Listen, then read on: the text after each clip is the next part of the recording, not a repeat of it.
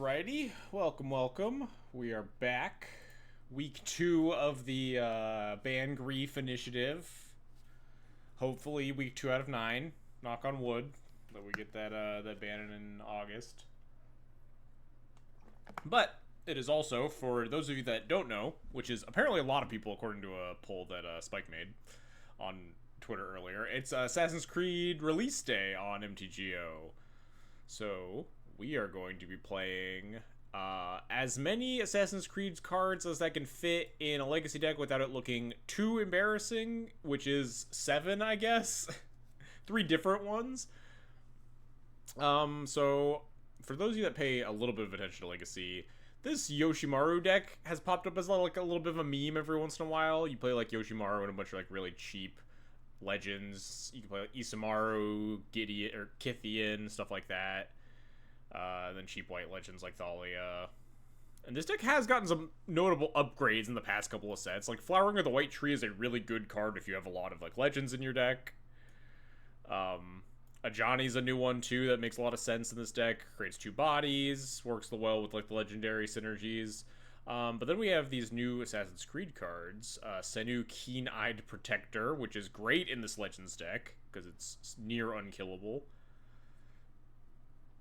Constantly coming back, and giving you value with Scries and gaining life, and you could even pitch it to like Solitude or Chromox, then get it back from that exile zone later. And then we have Cassandra Eagle Bearer, along with Spear of Leonidas. This card has far too much text for me to read to anyone, so whatever, exclamation point card, open up your Scryfall tab, whatever, figure out what this stuff does. It just tutors, Cassandra basically just tutors Spear of Leonidas. Leonidas does like 3 different things.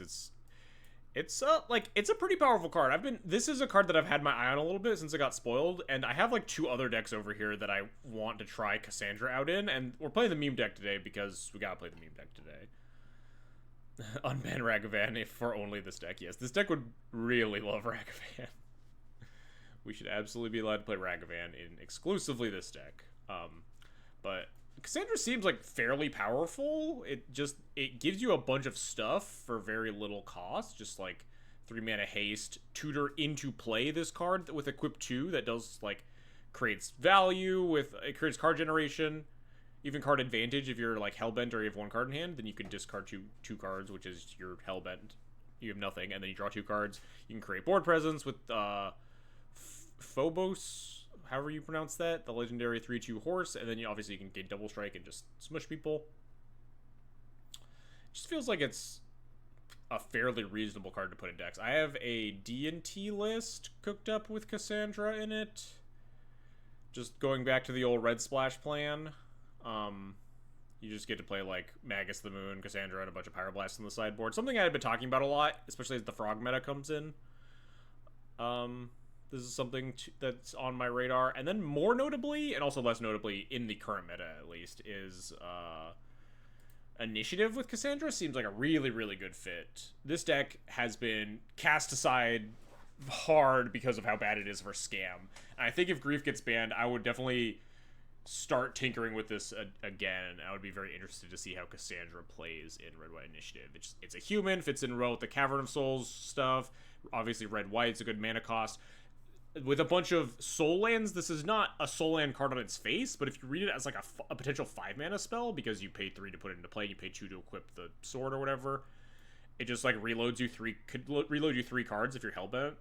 Play Cassandra, equip the spear, attack, choose the discard 2, draw 2 cards, and then whenever a creature you control with legendary equipment deals damage to a player, you draw a card, so you just get to like reload 3 cards potentially. Or like I said before, add to your board, maybe just draw 1 card, make a 3/2, stuff like that. This is a deck that I am pretty much never going to play as long as we're in the Scam meta, because this deck just absolutely got destroyed by that deck existing.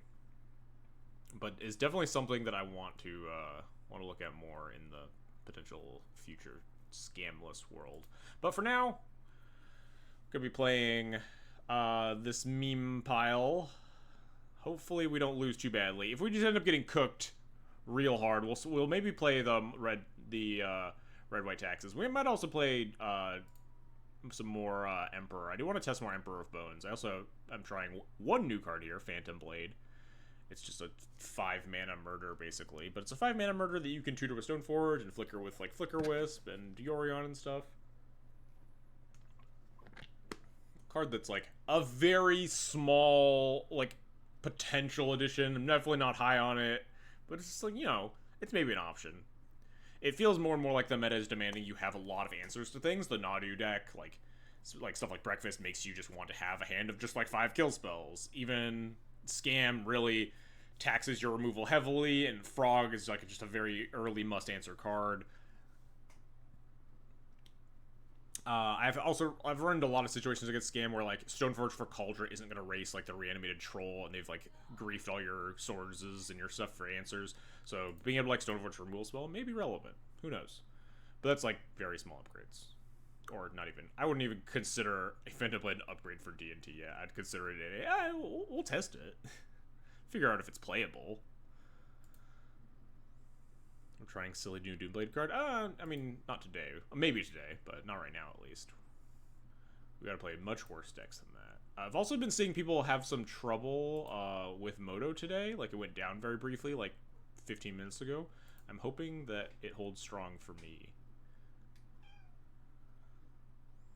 What did I name this deck? Literally 1984.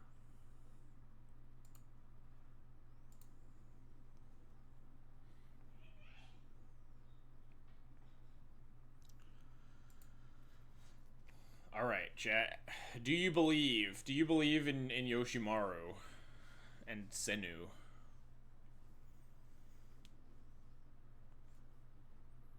No? Wow, harsh.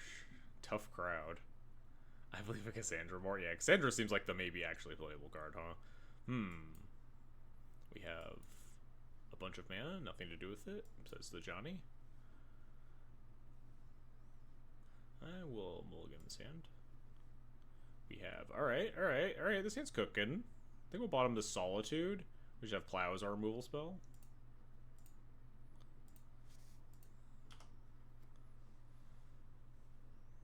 Uh-oh, Wasteland Go versus my double Plateau hand. Maybe we'll draw Flagstones.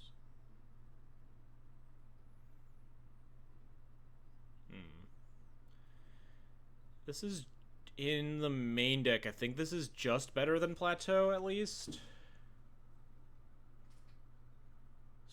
So, yeah, this casts any legendary spell, so it can even cast Flowering. So, if they want to Wasteland me, they can Wasteland me. Them immediately getting one video game slop IP at MTG, but then for some reason being unable to get the other video game IP slop sure is something. Yeah, I think it's specifically because modern play. Don't ask me why some of them are modern playable and some of them aren't. Ooh, that might need to die this turn, huh? Could we try another 1-drop or a Mox Amber? Yeah, I'm probably just not allowed to let this live, annoyingly enough. Just really throws off my my curve. I have my beginning of combat stop because of stupid Emperor. I hate that. Yeah, no one knew it was coming out. It just showed up one day. Is this Smasher? Sure. So we could, like, Flowering Thalia eventually brickwall this Smasher. We're gonna take some hits first. Ooh. What does this do? Does Flowering do anything? It unfortunately puts Yoshimaru at exactly 5 toughness. Right? It'd be like a... Can we raise? Be like a 9/5? I would not recommend casting both. Oh, these are legendary, aren't they? That's how these cards work. That means it's pretty easy to just pitch one to the Chromox then, and then cast Thalia Flowering.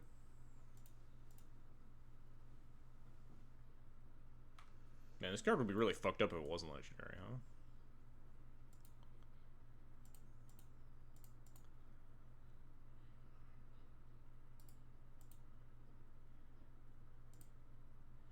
Maybe we just trade Yoshimaru for Smasher? My opponent says insane. We're cooking.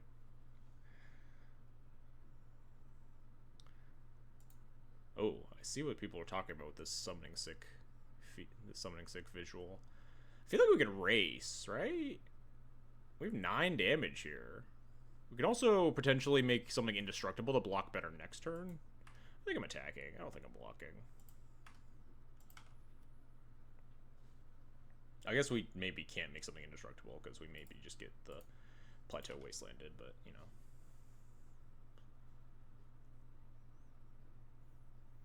Yeah, also, if we trade, then our dog dies, and I think that's fucked up. We would never let poor Yoshimaru die. Ooh, I like Vexing Bauble cycle through my Thalia. Is this no attacks? Oh, wow. Opponent is getting in the fucking red zone, huh?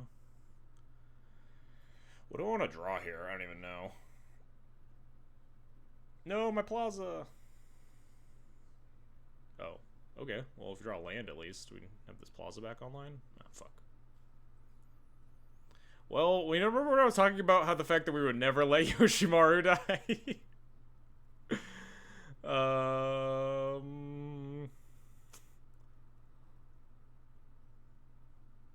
Might need him to buff himself, huh? Really kind of wanted to draw land there, so we could just... Actually, we couldn't even block this with a land unless it was a legendary land. We're at 9? This is 8 showing? What do we die to? Another Smasher, another It That Heralds the End. Am I just supposed to shove? I feel like it's not getting better for me if I don't shove. Especially I guess I could make this a 6-5 and trade here. Linebreaker, yeah. Oh, they can't cast Linebreaker. Fleshraker plus another cast. Yeah, I think we're just shoving.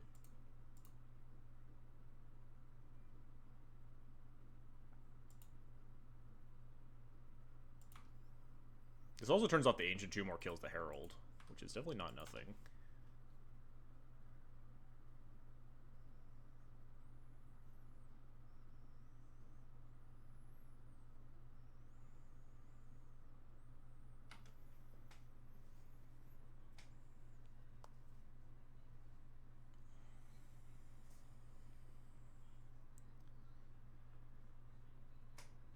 Did almost anything, but I think it gets better. Yeah.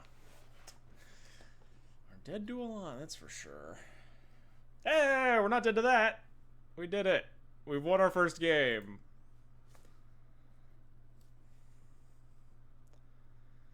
Hello, Mr. UC. How's it going? Alright. I think we just want to port in, like, these things. I don't even know if White Orchid Phantom's that good versus this deck. It has, like, 2 basics, usually? Like, notably blowing up a soul land and turning it into a basic is, like...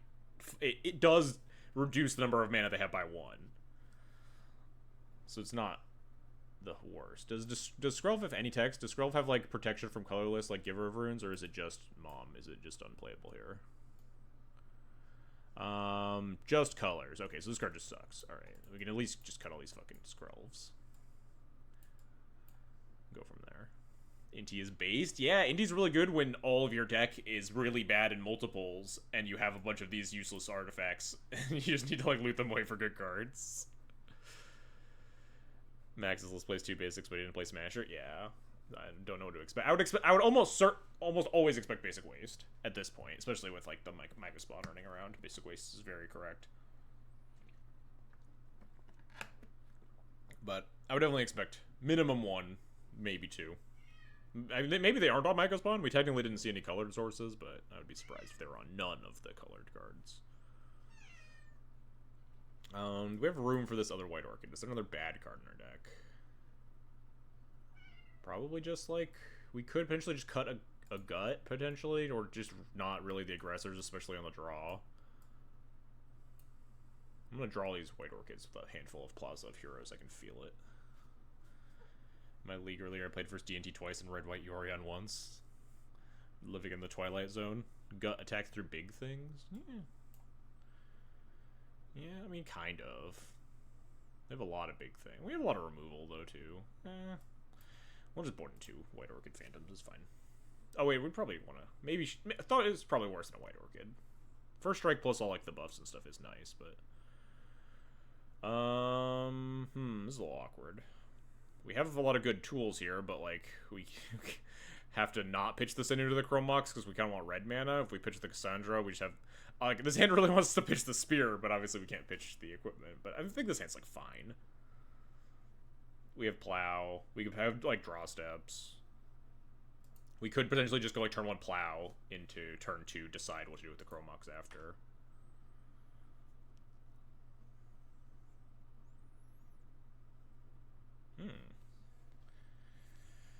Yeah, I think I will just hold up Plow here. Is fine. It's a little dangerous into Thought Knot, I guess, because we don't want to get our red sword. Like, if they Thought Knot a Chrome Mox and we just can't cast half our hand. And that's probably not great. But I also do kind of would be interested in, like, Chrome Mox pitch into play Cassandra, potentially. All it does is put the Spear into play from the hand, though. But I think regardless, I just want to hold up. If they want to take Chrome Mox, I think I can still win.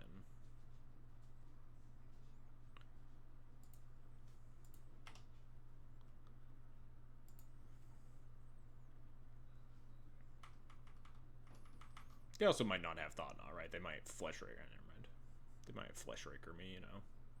There we go. Okay, so I can prevent one of the damage, right? I can prevent all the damage.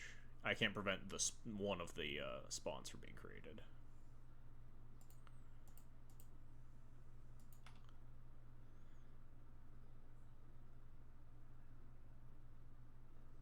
This Cassandra not looking great, huh? Ooh. Yoshimaru into Chrome Mox, pitch Cassandra, Iganjo Castle. Inti seems pretty fine.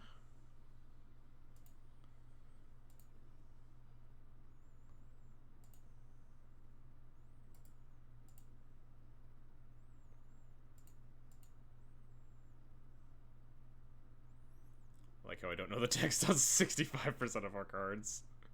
Don't worry about it.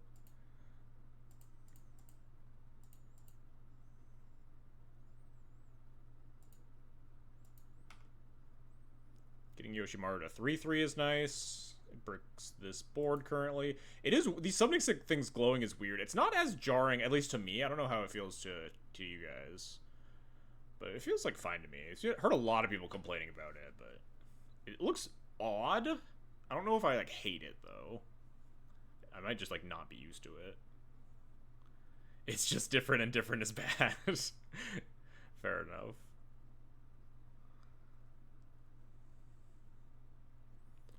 We usually play Spear to put this to Spear or Senu puts Yoshimaru to 4/4.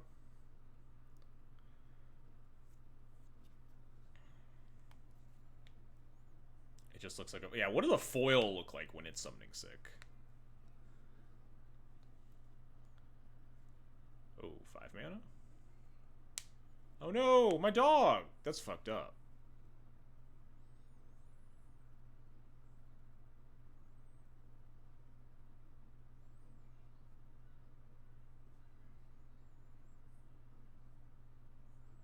Looks like a protection effect. We're playing Magic Arena all of a sudden.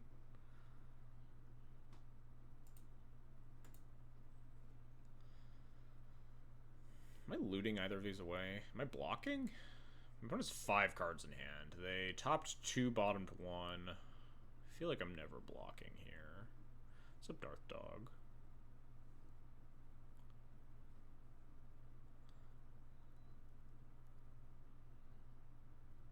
I really want to block this, but I really don't.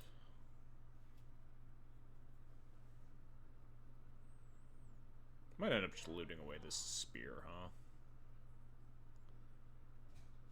You get a free mana that doesn't do anything. I guess it gives the Senu haste, essentially, right? We could play the Chrome Mox, pitch the Senu to it, and attack. No, but we just want to loot away the Chrome Mox instead, is what we want to do. And then decide whether or not we want to cast Spear or Senu, depending on what we draw.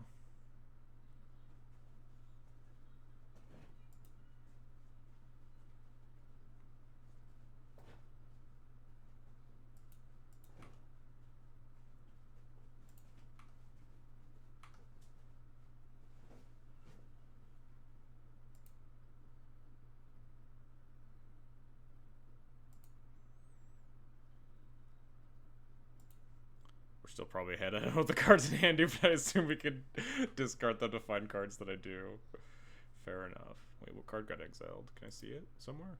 Wait, did the card get exiled yet? Huh? Huh? Oh, there it is. There it is. I found it, don't worry. I think I just want to play Senu, leave up Iganjo Castle to block, right? Iganjo Castle can just let Senu eat the Heralds. It also leaves up the Caracas, which is nice.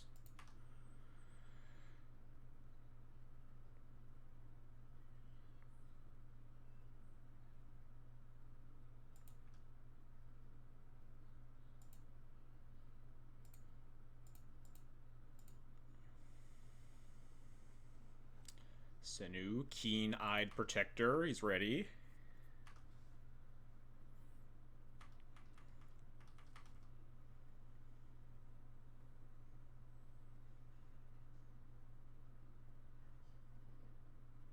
There's the microspawn. Alright.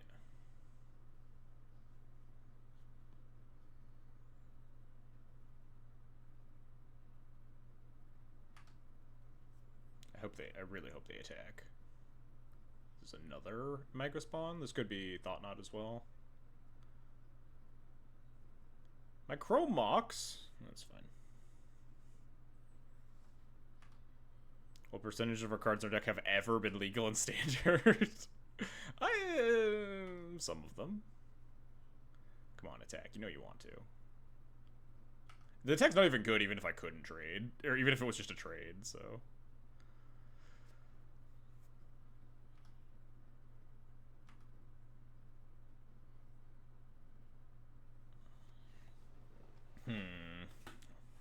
Unfortunately, we can't sack the Senu and then get it back, huh? Because it goes to the graveyard, not exile. I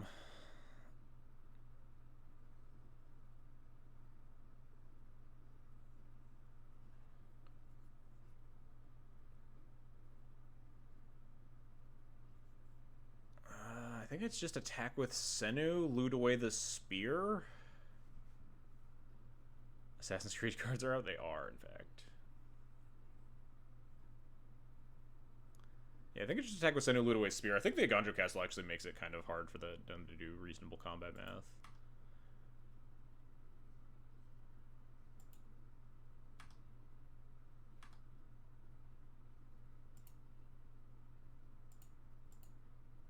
Yeah, Assassin's Creed came out literally today. Ooh, Yoshimaru, not bad. It's actually kind of bad because it means we can't leave up Iganjo Castle. I don't know how much of that actually ends up mattering, though. Where I'm playing a Flage to rebuy Senu from the graveyard. That would be sick. I don't know if this deck can fuel a Flage. But we could put a Flage in this deck, honestly. Double red probably a little tough. I'm at 18, they're at 16. Senu blocks and can sack itself potentially and come back depending on how they attack.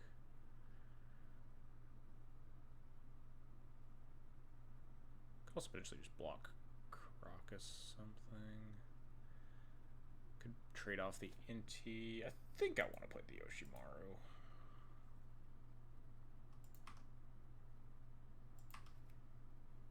I'm gonna just block and pick up the Yoshimaru. That's probably gonna end up being the play. Provides us like more loot value too. We could potentially loot away the Yoshimaru. Like fog 4 damage. This line breaker? Uh-oh. That's definitely spooky. Trample puts a damper on a lot of our plans. 8-4? Oh no. I think we're just gonna wholesale trade with this one, huh? Just put Yoshimaru and Inti in front of it?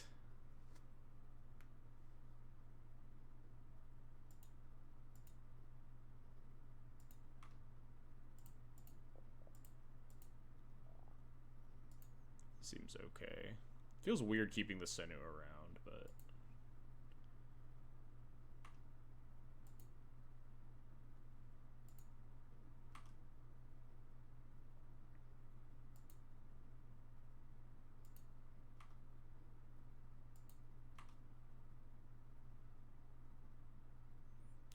think Thalia, again, isn't bad.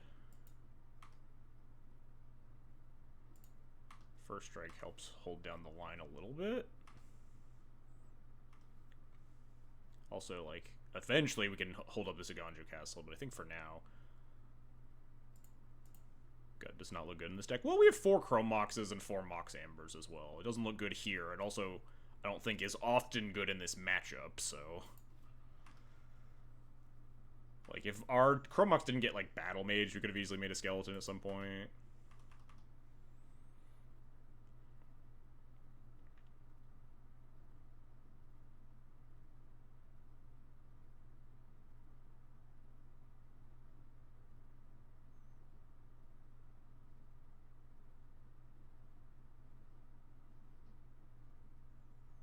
My opponent just attacks. What am I doing? Picking up Thalia?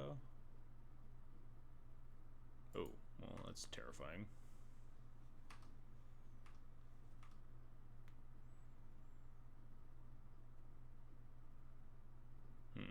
This seems not good for me all of a sudden. We have 7 damage, potentially, if we just take everything, go to 1. So we're gonna die. What are we trying to draw to? Solitude can't be cast.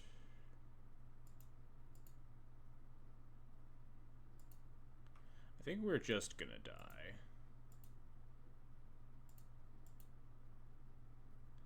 Do I sack the Senu? Find Swords to Plowshares? Somehow live? I think we probably do, honestly.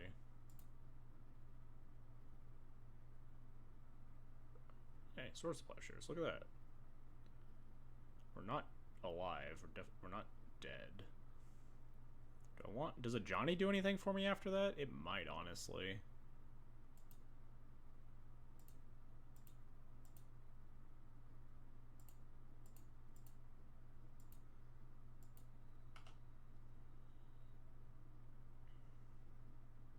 I mean, I don't think so, but...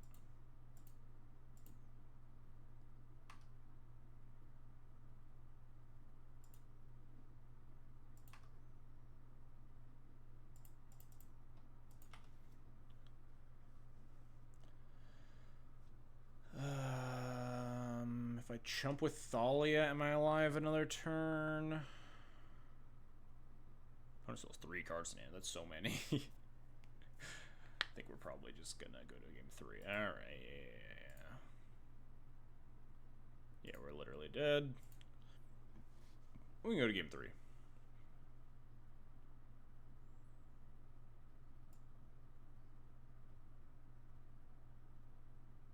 I think the White Orc is going to be slightly better than a Thalia. Obviously, Thalia has a bunch of, like, legendary synergies and stuff.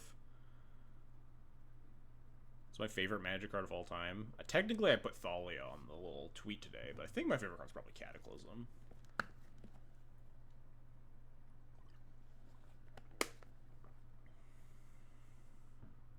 Thalia, Cataclysm, Mangara, Wasteland Strangler are probably all in the top 5.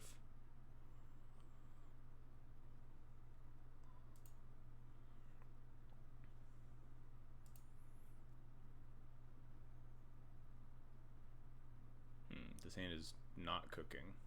This hand would be cooking with like one land.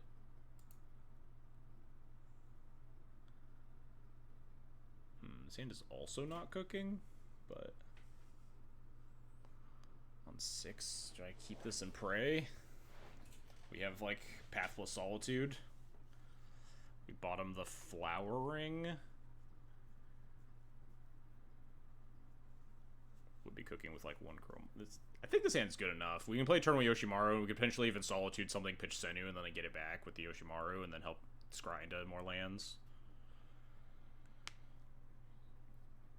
Bottom the Flowering in that position because I want everything else.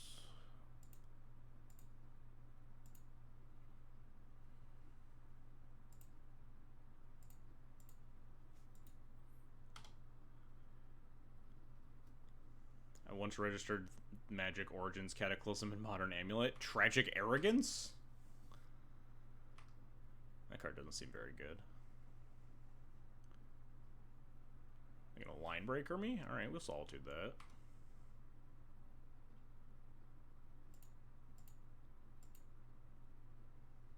Value.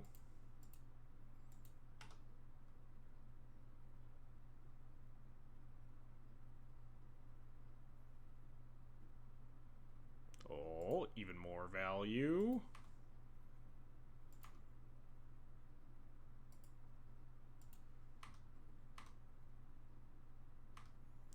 Get back Senu, trigger Yoshimaru again. We are doing it. Hold up Iganjo Castle / Path Plow.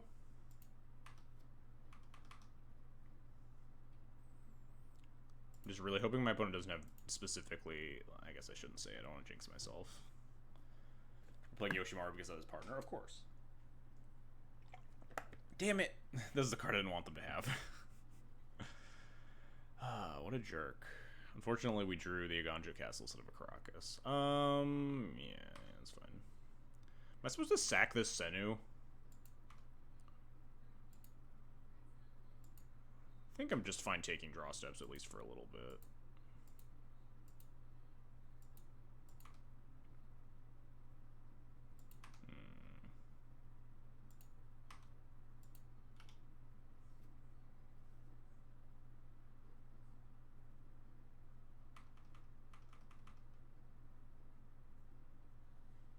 A lot of mana you got there, opponent.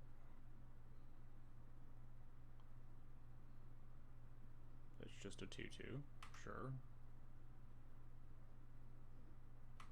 That's it? What the hell's in your hand? Terrifying.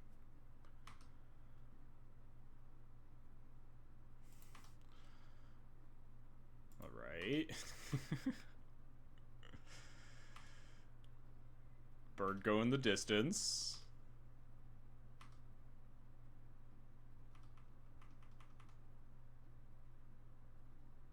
We did it! We won! Hooray! I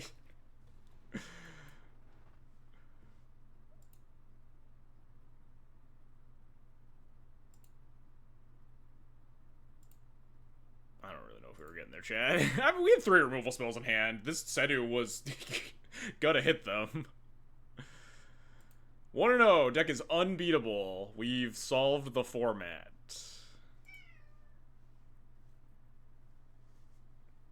Also, apologies for anyone trying to yoink these extremely good deck lists off of Stream Decker or Flex Slot, because neither of those have the Assassin's Creed cards yet. So, if you need the deck list, scroll back in the video, or yell at me and have me show it off here. It's just there would be 7 cards missing on like Stream Decker and stuff. Just Cassandra, Leonidas, Spirit Leonidas, and then Senus. Flexall has them now? Did they have them? Did I complain about them to George and he fixed it? I should fix my deck list then.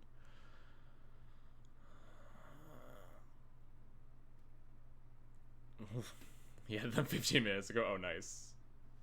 I'll maybe try to fix that. Who does showing the cards to help? So they can get the names so they can look them up themselves. Kind of want to keep this on the play, huh? Is that bad? Is that dumb? This hand at a Senu would be cooking. Oh, whoops. I didn't even think of it as a real set. Direct quote from George himself.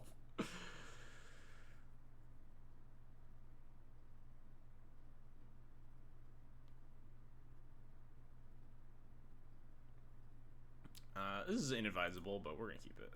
I just want to put Yoshimaru and Skrelv and shit into play. We'll draw, like, Mox Amber. That'd be, like, one of the best draws, I think. Dog. Dog, go. Wow, alright. Max has really fucked up the leagues, huh? Hopefully we draw a land here, because I don't want to cast the Skrelv. Because it's really bad here, and I'd like to just pitch it to the Solitude. Oh, hell yeah, we did the thing that I wanted.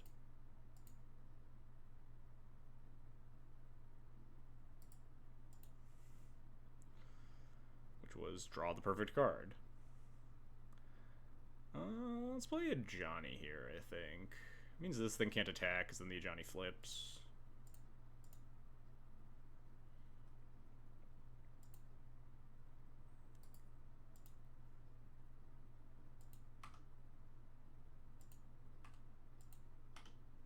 I play the Flowering there. Flowers, that's the trouble I always have with Anthems, is like the sequencing of them. I think it's better next turn, though, after you play a Johnny. We just play Anthem, we crunch for a lot, but then we, like, take a little bit of damage. I don't think it... I think I like playing a Johnny here. The Johnny into the Anthem is just also supremely fucked up. This is just so much damage next turn if we just cast Flowering, right?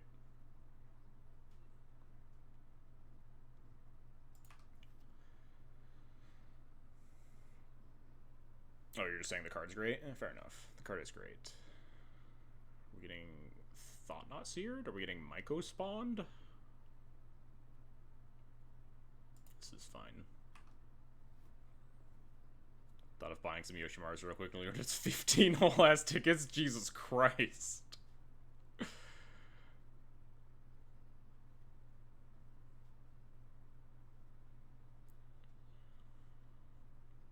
I feel ahead here. I'm not gonna. No! It's over! It's so over!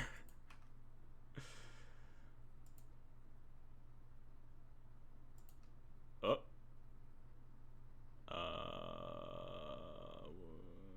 Okay. That's just emergency message.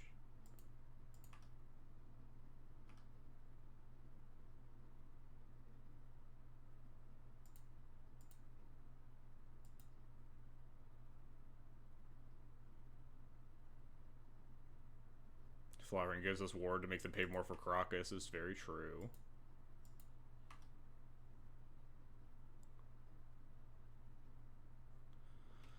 I think we just cast Flowering here. Just a matter of what I guess I don't even get to attack those things at 4/4. I guess I could attack. If they block, then we Solitude the It That Heralds and trade here, and then the Johnny flips. Step 1, let's cast Flowering. Maybe they'll fuck up and let it resolve.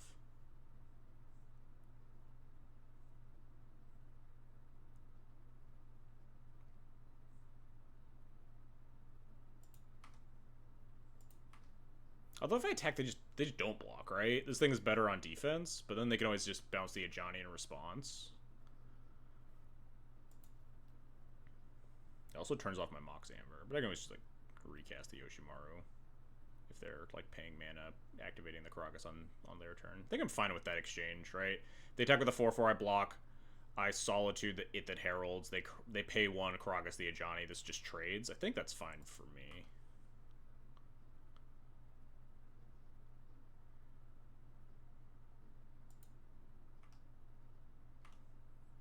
They just never attack here, though, because they don't want me to flip. I guess maybe they offer the exchange, because if I chump, then they just bounce the Ajani in response, so it doesn't flip.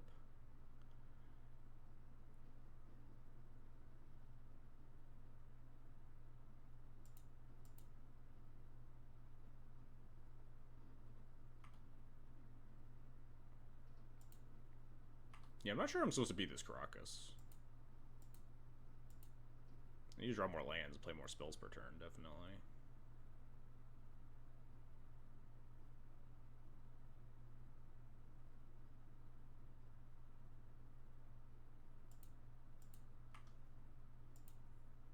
I will Solitude that one.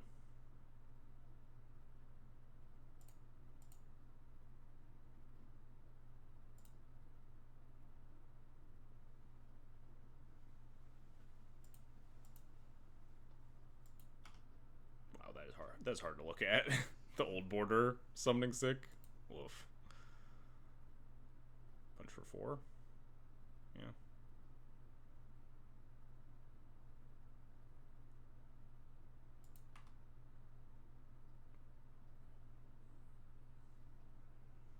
Land would be nice. That's the opposite of a land, huh?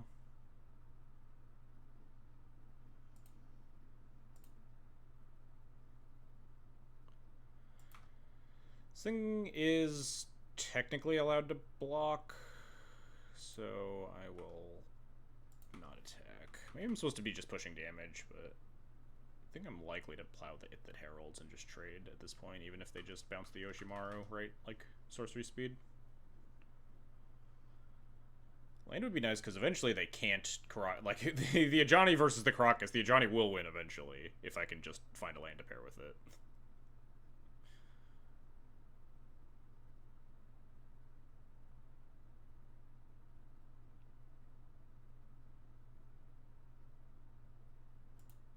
There's another hit that heralds the end. Kind of want to plow the Myco spawn now.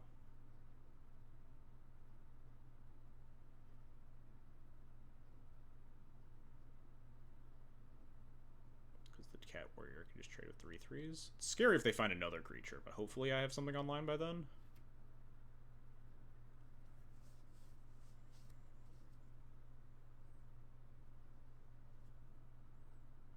Yeah, I think I just have to plow this Myco spawn, huh? This does not work, right? This is creatures only, so I do have to float here.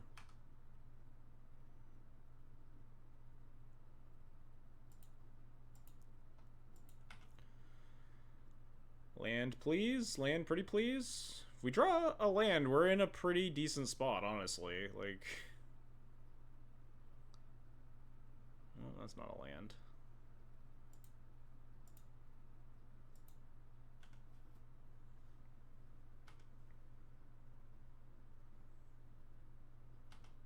Land, or honestly, Mox Amber would have been fine that turn at least. Mox, Chrome Mox would have been great. Being Smashered. Just leave them 2 lords, plow a 3/3, and then immediately get Smashered. Yeah. Not great. Can't trade here, but they are giving me the Mox Amber for a turn at least.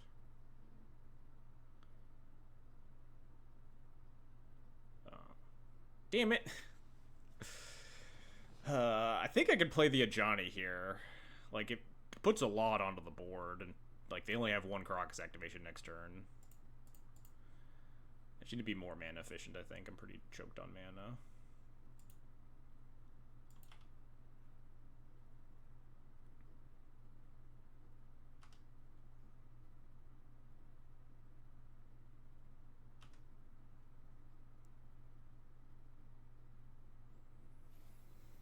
Question is, how am I fucking blocking if they attack? Maybe this was dumb, because I actually just don't have any good at blocks, unless I just put everything in front of the Smasher, and then I just lose my whole board, including the very important Ajani. If I block, like, Yoshimaru plus cat token, they just bounce the Yoshimaru.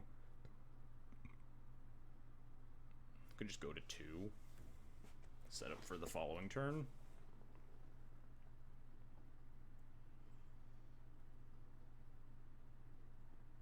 Line breaker? Jesus Christ. Okay, I think we might just be dead. We have 3, 4, 5, 6, 7 toughness. This is 7 plus 5, 6, 7, 8, 9. This is 16, minus 7. Yeah, we're just literally dead.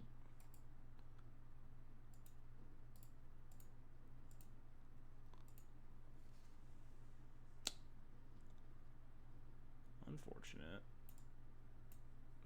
I think if we had just drawn a land or like a mana source in those first like 2 or 3 turns we were floundering, we would have got somewhere. But yeah, Myco spawn for Crocus is a pretty rude one, huh? I didn't think about that when I was building the list. One of the iterations of this list had Wastelands because of the very obviously glaring Crocus weakness. But I was like, fuck that, who plays Crocus? And then I forgot that Eldrazi is a semi-playable deck and is playing 4 tutors for lands. So that's on me. At least I put these White Orchid Phantoms in the sideboard.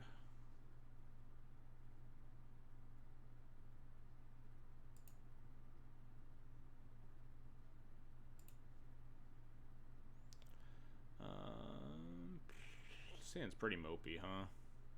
I don't know if we can afford to keep these hands. Alright, this hand's also mopey, but... keep... This Mox Amber doesn't do anything. doesn't even let me hold up Plow because my 2-drop is Thalia. Is it better than a land? Probably not. It could potentially let me double spell.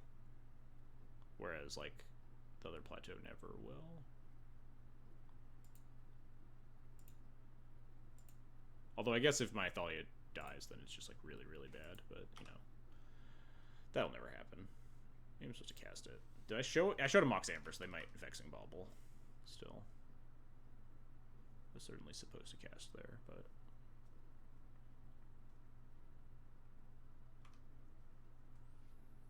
Am I supposed to plow these stupid things? I feel like no, given the context of this specific hand.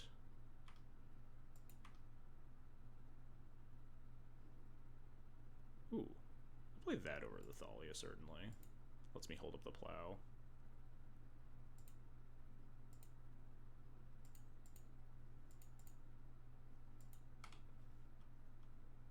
It blocks about as well, the cat, because they're just never trading.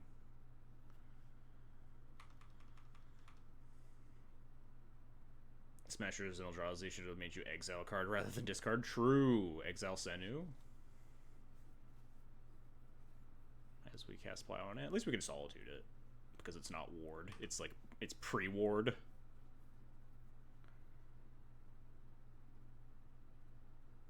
It's a lot of mana.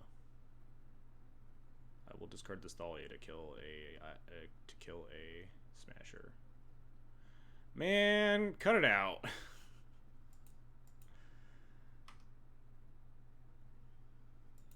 Go Tutor Crocus again. Yeah, alright. Well, at least we have the Ajani, too, which puts some strain on their Caracas. I don't think I'm casting this Plow.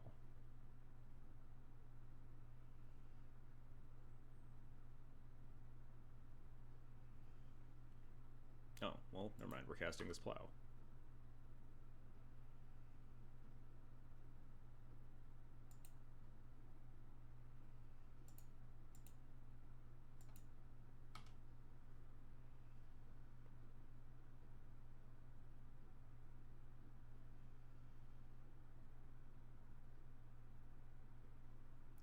Chromox do anything. We're still 1 man off of equipping. We may end up pitching the Thalia down the road, but we don't need to this turn.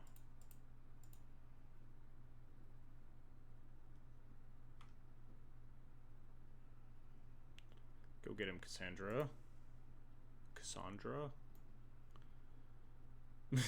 The token's legendary.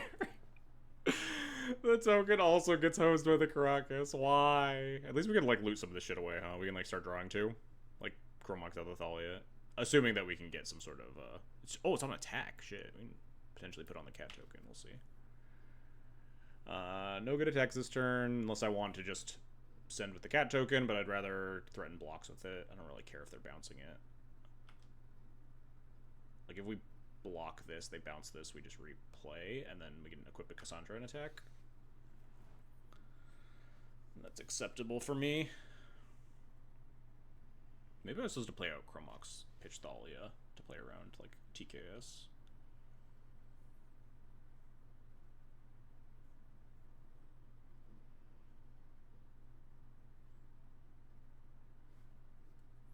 What's the backside of this card do? Oh, dang. This would be really sick if we flip it, huh?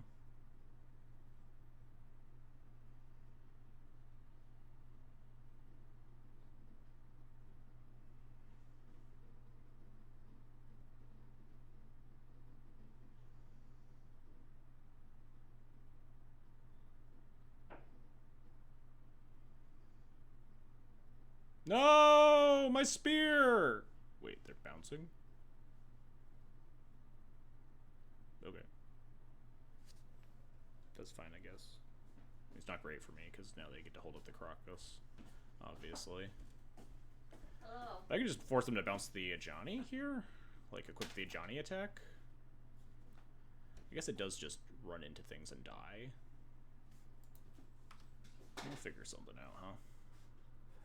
Why are you wearing headphones? Because the headphones were plugged in. You don't usually wear them on. I don't, but they were plugged in and I wasn't about to plug in the speakers. Do I really have to cash in this Ajani just to get a draw to?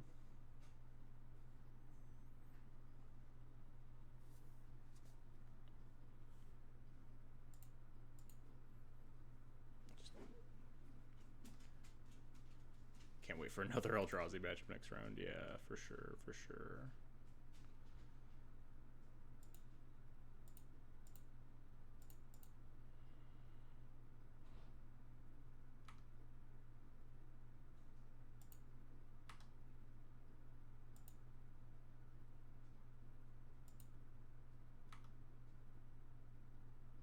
Draw like Source of Plowshares. That wouldn't even do it. I'd have to draw like 2 swords and I didn't tap for that. Worst Possibles, nice. Worst Possibles is a very easy thing to top deck when you put only bad cards in your deck, as it turns out.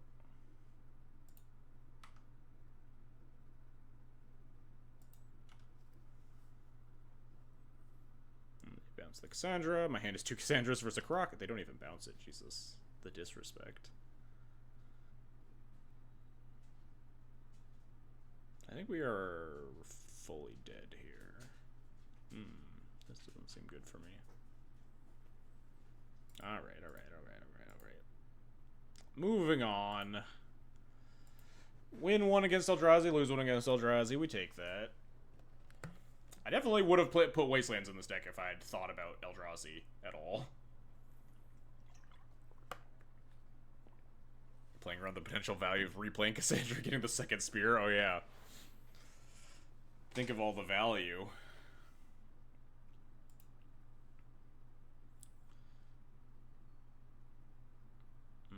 This hand was worse than the other one-lander I kept with Yoshimaru, huh? Doesn't have Senu to pair with the Solitude. Mulligan. Oh no. Mulligan, huh?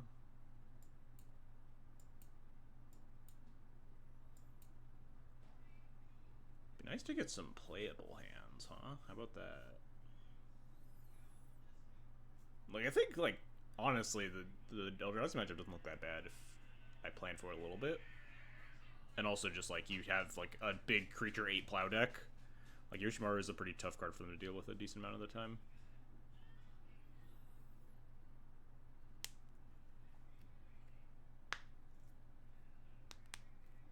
Not to be annoying, but how many actual lands is this deck running?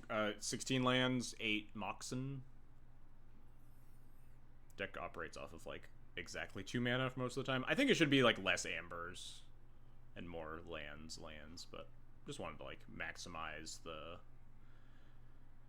like, the plan A of this deck and feel out what's good, what's not. Obviously, 4 Ambers, not a super good plan. Your mana still sucks, Jarvis, yeah. Well, we didn't fix the mana, so of course it still sucks. Jarvis was telling me the mana sucks, and then I told him, yes, I'm going to submit it anyway. Where's our opponent?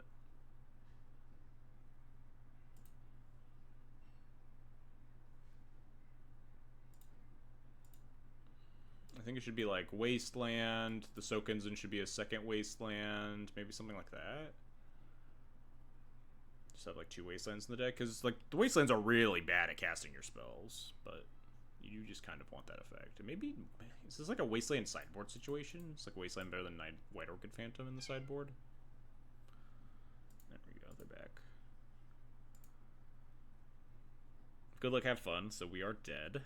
But we can play a turn 1 on Thalia, and then Senu. Bottom.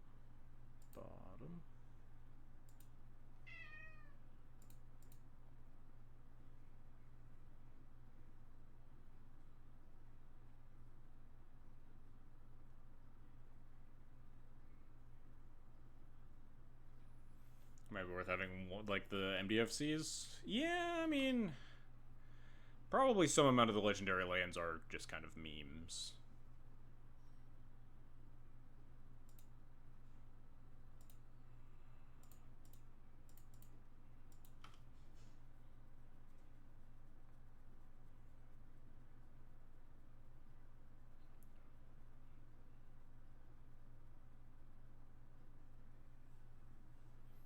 Well, they GLHF'd me, so like there's a chance that this Thalia just wins the game on the spot.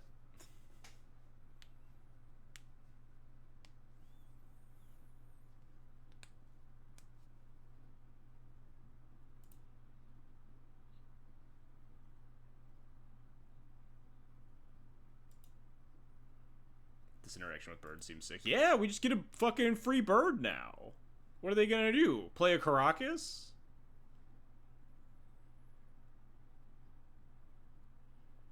I think this deck probably wants 4 Ajani's too. Ajani seems really good. And obviously Ajani is good with more Ajani's, and this deck is pretty short on ways to actually flip your Ajani.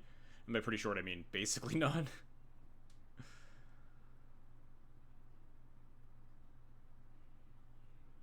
Oh, fuck yeah, we're going off. Do we just ditch this Plaza? No, because like looting doesn't do anything, right? We're not gonna be able to cast out the spell off the top. And we need mana because our Senu's gonna turn off the Chrome Mox.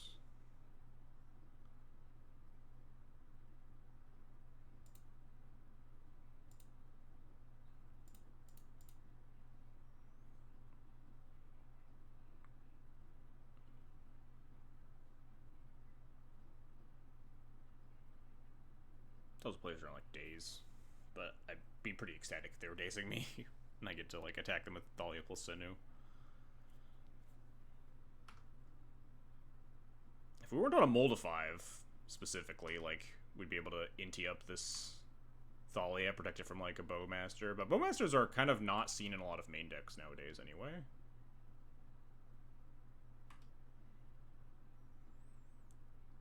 Bang, bang. Combo unlocked.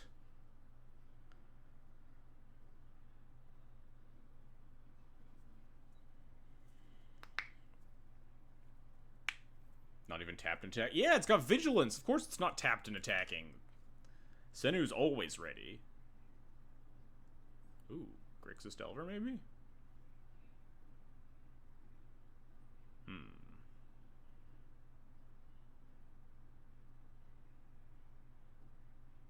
I don't want to do this, huh?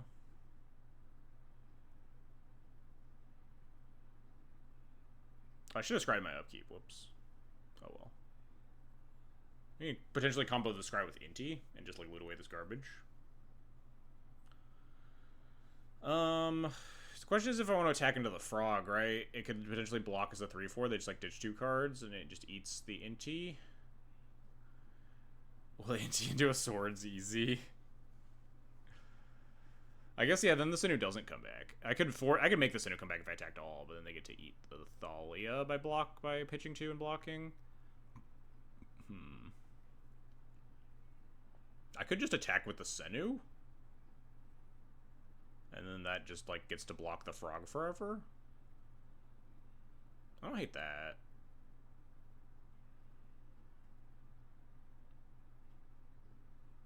We just, like, loot away the Thalia to find something a little bit better this turn. The counter kind of goes to waste because we're probably going to sack the Senu at some point, but...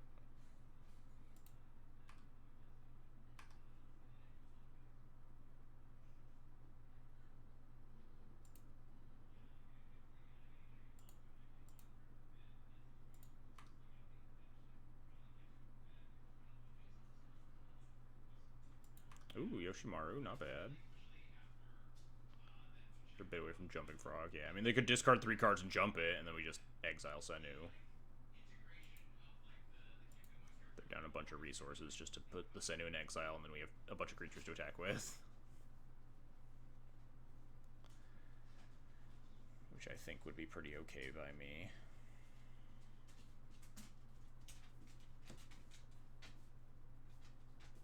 Opponent reading half of the cards that I have in play and the card I just exiled.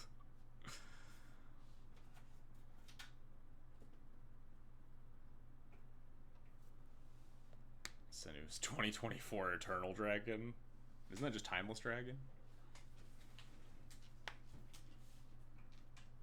Are they actually pitching 3 and jumping it? That seems crazy. Main deck Pyroblast, nice.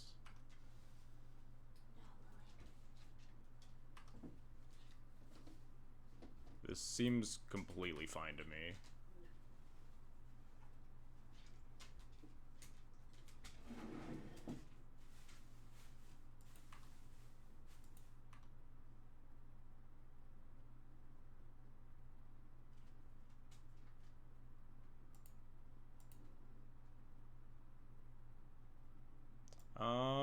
I'll draw the Ajani.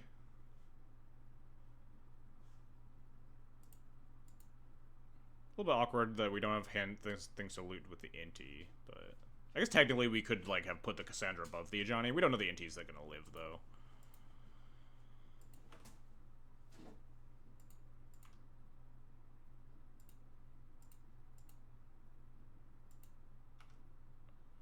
Seems kind of nuts to just 3-for-1 yourself. I mean, you get a Tarmogoyf out of it. It's not bad. I might even just block with the Inti here. Yeah. I don't want them drawing more cards. We have 2 Legends in play to get the Inti back. We'll have a bunch of blockers next turn. We don't have any cards to, like, utilize this Inti very well at this point. I guess Johnny might get dazed, huh? Then we just block with the Senu or something. We block with the Yoshimaru and then let me figure something out.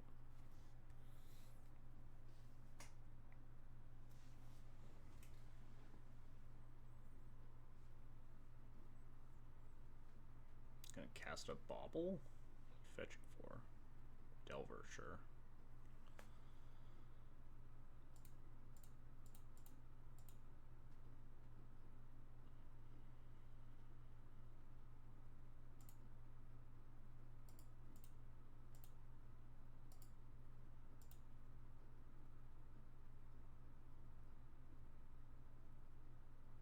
I mean, Anti-Run doesn't make a Johnny much better. Oh, I mean, that's kind of fair, yeah, but I don't think I'm that bothered by that.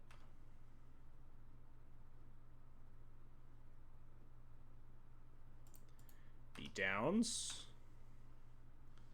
I don't think we're really getting to that stage of the game before my opponent dies here. Yeah, Senu comes back, triggers the Yoshimaru. Wow, we're fucking cooking, chat. How's Delver gonna win? There ain't life.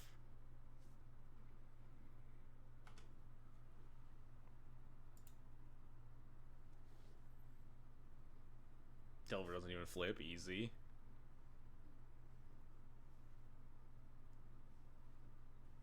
Imagine Senu with damage on the stack, insane. Wait, would that even... How would that even work? It's not like you can damage and then sack it and then it comes back, because it triggers on, like, the creature not being blocked. What on earth is this? Oh, is this, like, Molten Collapse?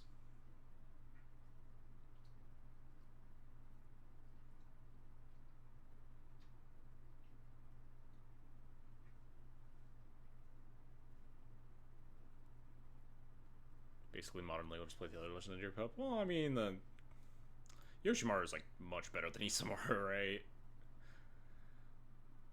My Chrome Box, no! My Chrome Box that was literally textless. Sad. Oh, wait.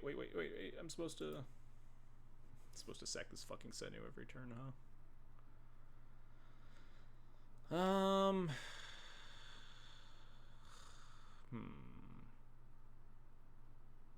They're hellbent? Oh, Yoshimaru just gets to attack, huh? We could...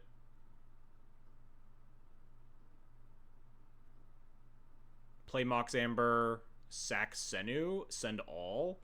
If they block here... Well, no, if they block here, they eat the Yoshimaru, because it's only a 4/4. But they would have to lose their Delver, but then obviously the Psychic Frog's going to be kind of hard to deal with. Keep forgetting, I need like an upkeep stop when I have a Senu, because you want to sack Senu on your own upkeep a lot. They're at 7, are they just... It's gotta be close to dead. Block here, take 6, don't even sack the Senu. Maybe they block here. That makes me want to sack the Senu more. How much is Plastic Fury's activation? Like 1,000,000 mana? Yeah, well, 1 off of right now. Well, I guess 2 off of, because we would need to cast the Mox Amber through Athalia. Man, I kind of want to just shove, huh? It puts them to 3, though. They trade here, eat here. Go to 3. Sacking Senu is maybe better because it forces them to lose the Delver if they want to eat the Yoshimaru. It'd be really fun if they didn't see it, too. They probably will. We could just wait. It's not the end of the world, but I should have sacked the Senu.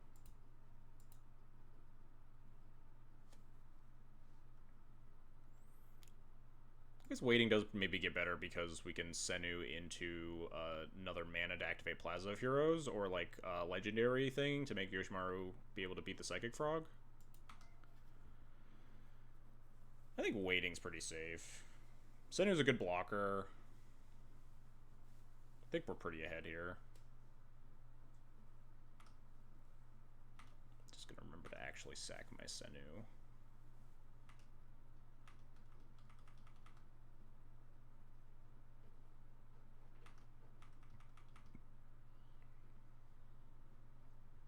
Perfect draw would probably be like legendary land, honestly. Make Yoshimaru 5/5 and be able to hold up Plaza. Delver didn't flip again, which means what, land or creature? They probably cast any creature. They probably hold the land for Psychic Frog if it's a land.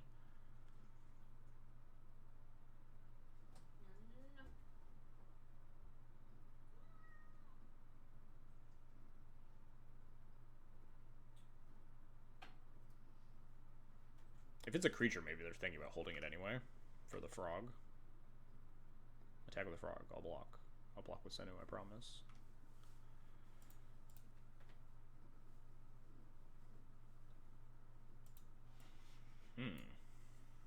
It's not a it's not a mana, but it's a good one, huh?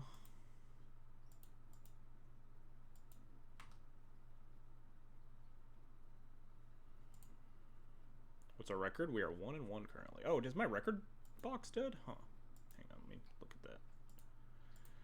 My chat started working, so I assumed that, like, oh, have, like, subs not been happening? No.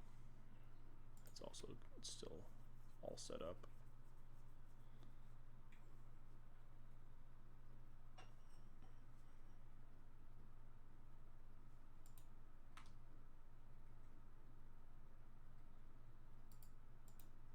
Shove. MT bot dies with every update. Yeah, but my chat worked, and my chat usually dies, but maybe MTG bot is just down?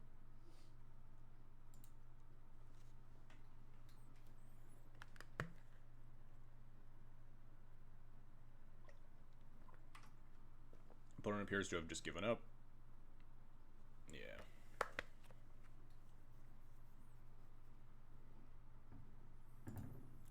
Did MTG... So I added myself as, like, the other account to MTG bot. So MTG bot should be aware of both accounts.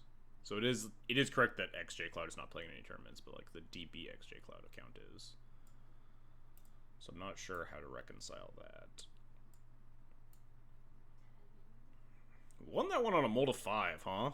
Like, that was pretty sick, huh? Turn 1 Thalia with Senu. Okay, so MTG bot is just fully down. Sure. MTG bot's dead. It's not my fault. Could potentially board in White Orchid Phantoms for Delver. Spike had his record up on MS Paint today. That's funny. What do we board out in this matchup? Probably this, like, Cassandra Spirit Leonidas shit. Just, like...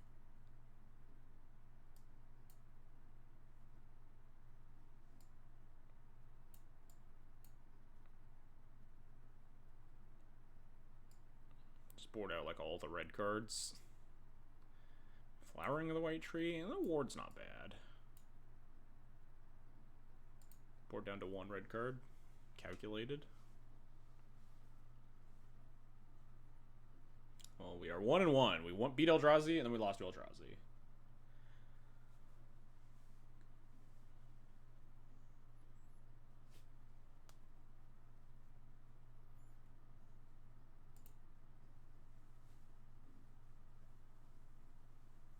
I'm not gonna gonna lie, this deck is like kind of sick. Like I don't think it's good, but it's, and there's also a world that we don't play these like red cards. We could just play a mono white list. Makes the mana a little bit cleaner. You could probably afford to put wastelands into it. But just like you don't have ways to churn through your garbage in that case. Like we could play like Sam plus wasteland plus Caracas and stuff, and then like if you get tempted by the ring twice, you could get a looter potentially. So maybe you could play like mono white with like Sam and like Adine, whatever, the big Brimaz creature. Wait, is Brimaz just better than that one? Adeline, whatever her name is? Because Brimaz works with Ajani? Is that... Maybe we'll play mono white after this, huh? This kind of would be sick with a Senu, but it's not. So it's bad. It's kind of... I like, you kind of want to put Felia in this deck, but the problem is that this deck isn't very good with Felia. Not enough... Like, Felia is a little bit nice with Yoshimaru, like, triggers more ETBs, obviously, on end step, which is not great. You could flicker Ajani, theoretically, but that's, like, the only one. You could flicker Samwise if we put that in the deck. Maybe we'll try to put a mono white list together. Oh, I almost hit keep. Fuck, that would have been bad, huh? This sounds fine. I think we just bought him Flowering here. Flowering's like kind of nice, but I want Senu plus Solitude, and I want these cards, so... And I want lands, obviously.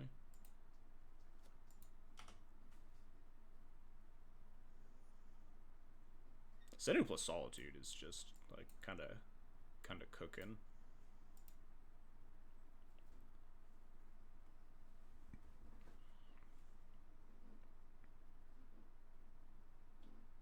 Well, this Skrill definitely isn't long for this world, huh? I believe in you, little friend. Go get him.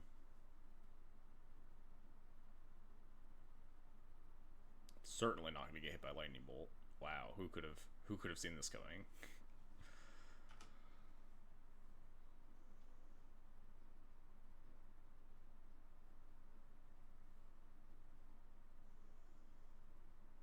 The mono white list could afford to play the MDFCs too, make Chromox a little bit better.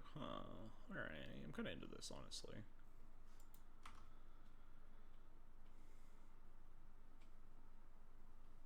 I kind of don't want to expose this this plateau to a potential wasteland, if at all possible.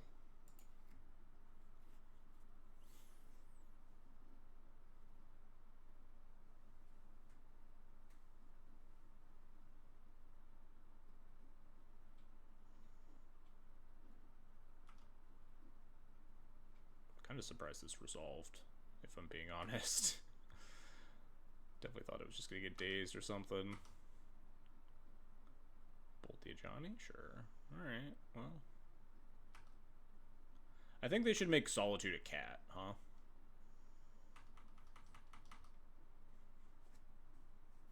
They should unban Ragavan for this deck. They should errata Solitude to also be a cat for this deck only. They should just let this deck do cool things. Delver. Catitude.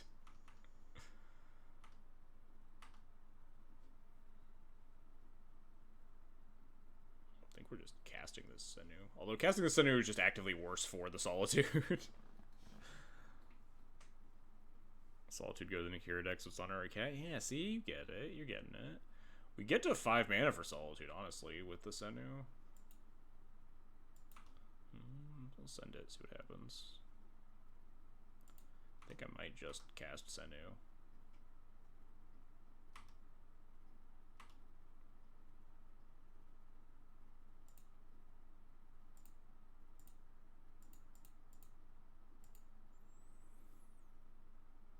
I guess we don't get 5 mana, I can't count. This is 4 mana.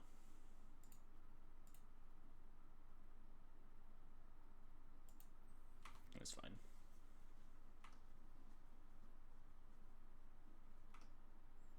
Yeah, there's no reason to path this. Flips off days, it's fine. It's not great for our Solitude. Gonna blow up my Mox Amber and my Senu like a jerk. Oh, they didn't descend. I guess that's fine. We draw Rest in Peace. Bring the Senu back would be nice. I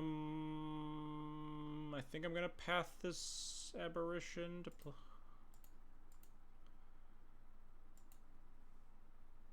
I could like path my own Senu, save it, but we don't have a legend to bring it back, so seems kind of bad. Force Pitch Days, alright. Kind of okay with that. We also don't have a basic in our deck, so pathing the Senu is really bad. If we got like the 5th mana for Solitude, it'd be like kind of nice. No.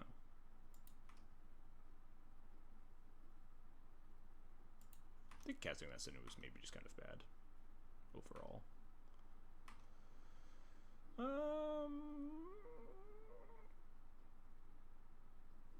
Yeah, I'm supposed to kill this.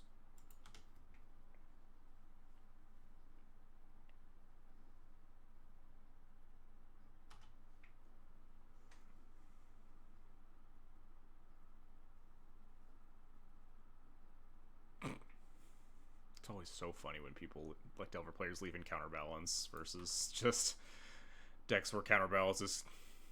I mean, I guess this deck has a lot more 1-drops, so maybe it's, like, not embarrassing.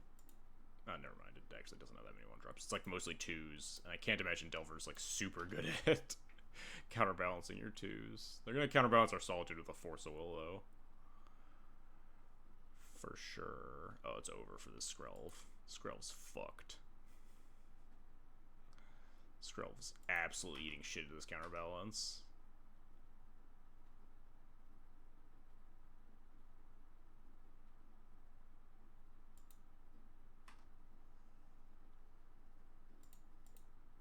I believe in you, little buddy.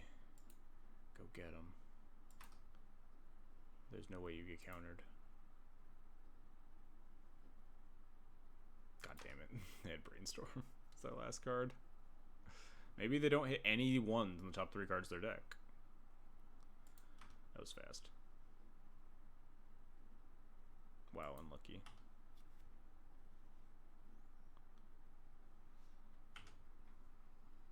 I don't think we're drawn out of this one, gang. Deck does not exactly have a lot in the way of card advantage.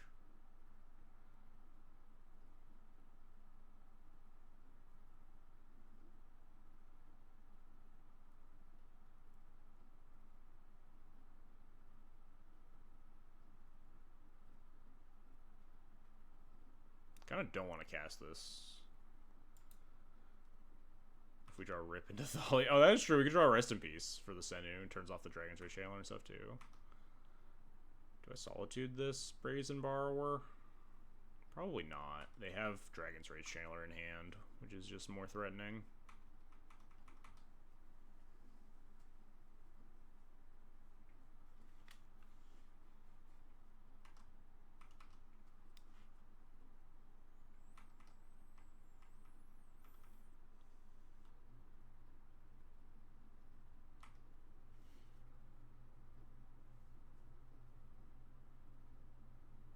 Do I wait to try to hardcast this? I think I do.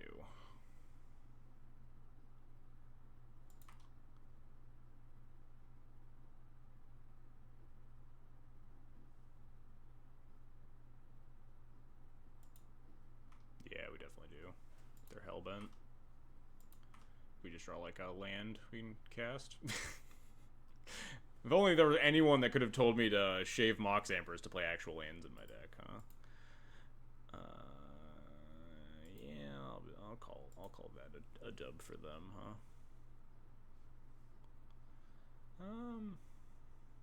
So we did board down on our grindy stuff. I think we're kind of fine with that, especially on the play. Could think about cutting these. I'll submit.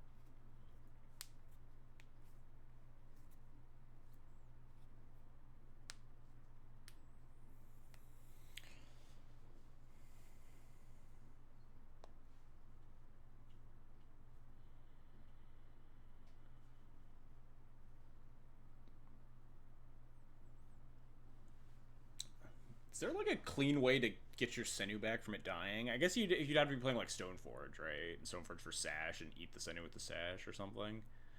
But then you're like diluting your deck out of the Legend plan. Otherwise, it's just like Rest in Peace or like the shitty one-drop artifacts. Like Relic of Progenitus or whatever.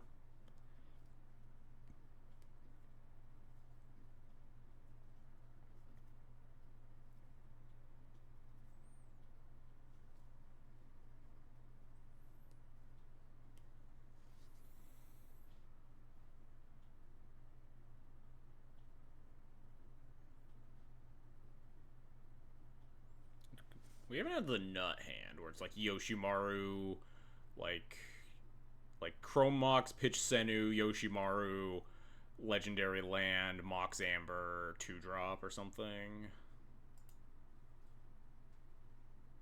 Damn, it was close. I think this is fine. Chrome Mox, Pitch Senu, play Ajani. It's definitely not as good as Thalia, but it's like fine. We have a few dead cards, which is kind of awkward, but we'll draw. Like, if this Flowering of the White Tree or this Mox Amber were another creature, it'd be a lot nicer, obviously, but it's possible I'm even supposed to pitch the Flowering, just so we have the ability to cast more creatures, but, like, the upside of pitching Senu is so high. What are the odds that they have a removal spell on turn 1, or a Force of Will for Arjani? Basically 0.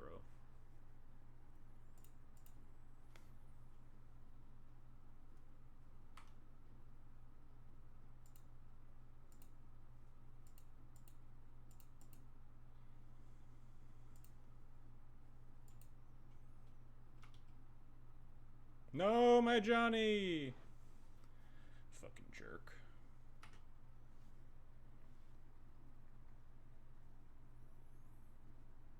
Top deck Yoshimaru. And top deck just any legend be pretty happy, but Yoshimaru or Skrelv would be really nice.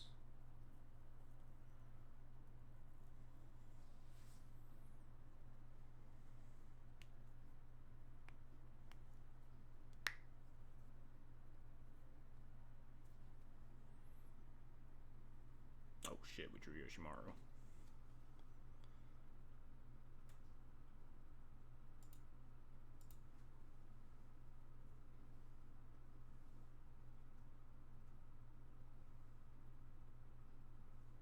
I should have played the Plateau. I guess it didn't matter.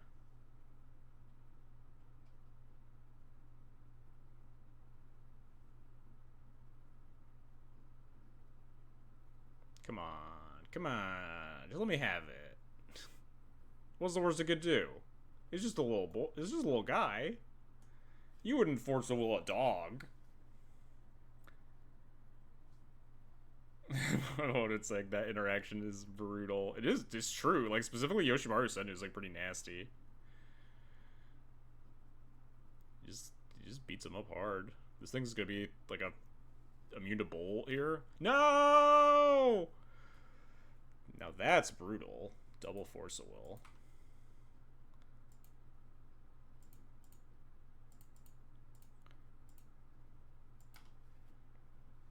We had it all, too. We were just ready to fucking murder.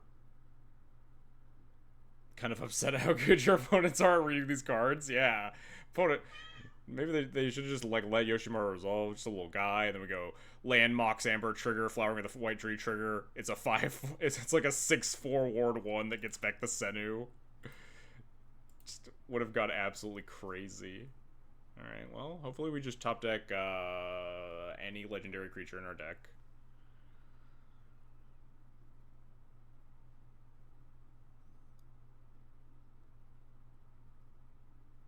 At this point, I'll take the fucking White Orchid too, huh? Maybe not. I take it back. I take it back. I take it back, deck. Okay, thank God. I'm gonna hang on to this, I guess. If I draw another land, I can just kill one of these Delvers. And if we draw the White Orchid or whatever, we can just cast it. Okay, opponent deserves to not flip these Delvers after Force wastelanding me.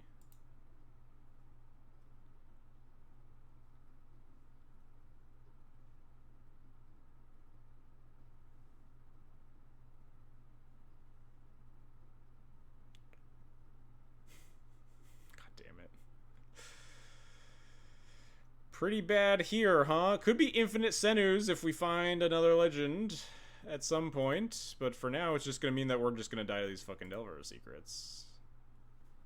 Why does it tap for white? Oh, the plaza plus the flowering. Keeps us from getting murked, yeah.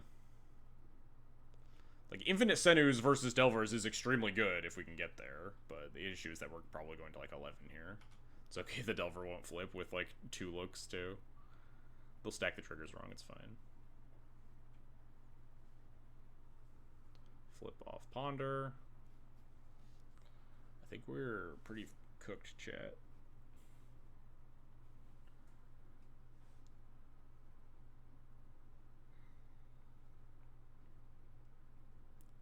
Why didn't they cast the Ponder?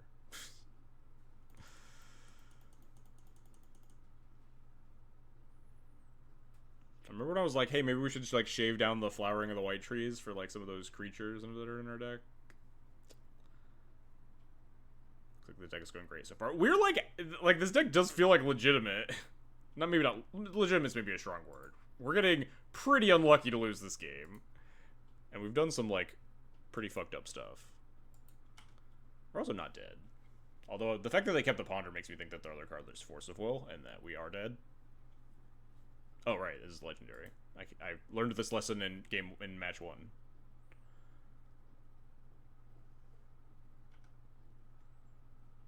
It's fine. Flowering wasn't going to do anything this game.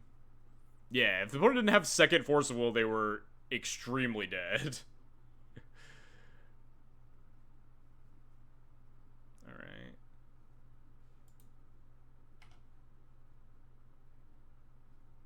I assume that their card is Forceful, given that they're never casting this Ponder, and that we're gonna lose, but we'll give it a shot. Yeah, of course, third Force of Will. Why wouldn't it be? Opponent ruining our fun. Got back from Bone Gaming at your weekly, nice. I got Bone on the docket too, with a Hidden Blade or whatever the new card is. I don't know if I'll play that or play Mono White Dog. Kind of vibing with Yoshimaru tonight. Oh, fuck yeah, let's go. Caracas, Chromox, pitch Senu Ajani. Turn 2 Flowering. Versus Yorion. Alright, it's fine. They won't have Caracas. They'll be like a blue deck. No one plays D&T. That's a D&T fetch land if I've ever seen one.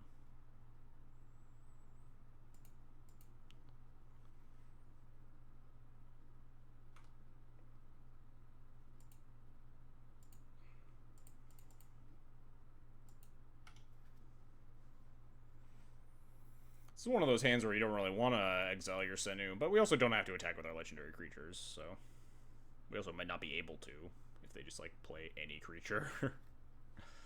Obviously, we could punch through with Solitude and stuff if we want, but... Or not Solitude, with Sword Plowshares, Flowering.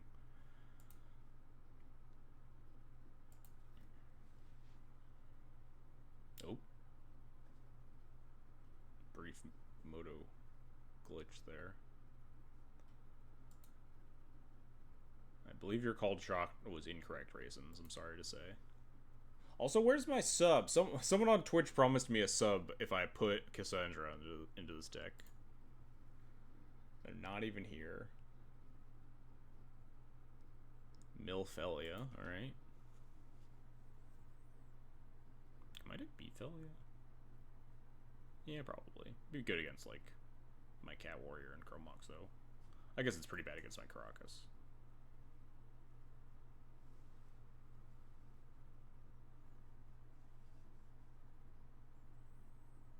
Someone is in Bone Pill. They could be copying the list I posted on Twitter that had one Felia in it.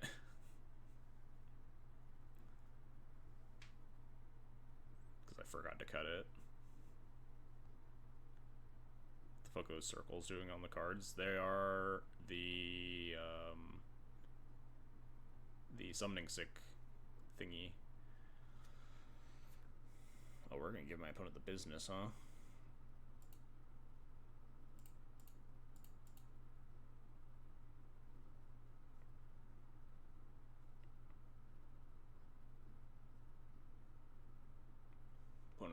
Flowering of the White Tree.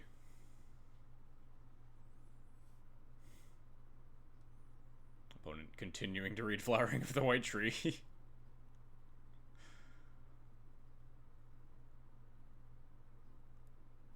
Opponent realizing how they're gonna get fucking beat down.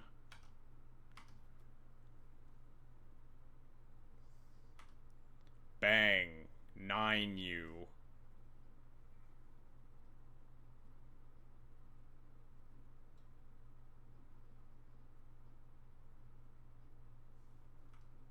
Wait, what? 10U? I have 2 plus 2 plus 1. Yeah, fuck. I know how my cards work.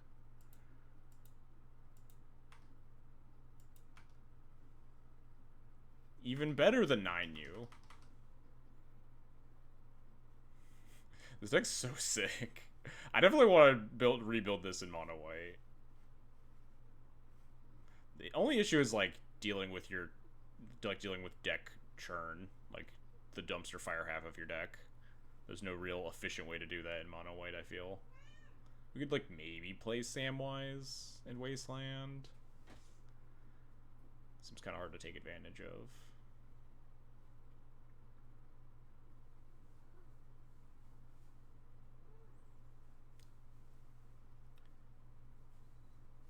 Inti and Gut have been okay, but I kind of like the idea of having a better mana base and being able to play Wastelands, because when I was making fun of like, oh, this deck can never beat Crocus, but who plays Crocus, I completely forgot that Eldrazi as a deck existed and they were playing 4 tutors for their Crocus.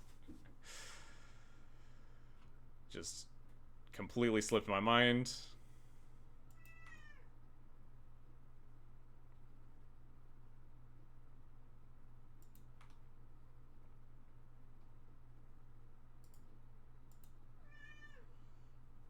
Wait, I'm supposed to... No. Yeah, I'm just supposed to send it. And I guess plow now? Yeah. They gain 1 extra life, but then they don't get to, like, block.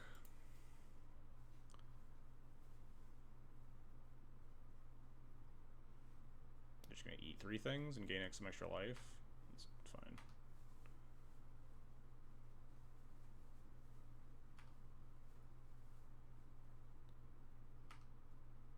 I plow with the 3rd activation on the stack, do they die? No, they would go to 1, so they can just go to 2, it's fine.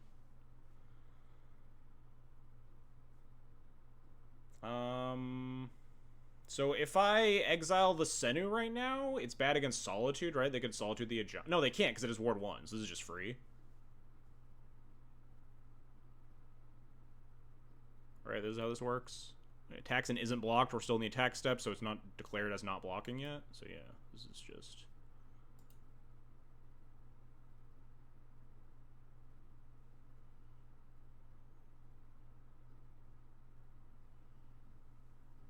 Oh. Nice Solitude, nerd. Ward 1! Ward 1! Opponent, oh no. Opponent didn't read all of my bad cards. I don't think it really matters here. I think my opponent's pretty dead. But we also only have two mana, I guess.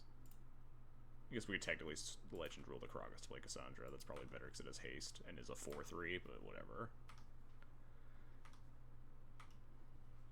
Take the Hot Woman. It's too late.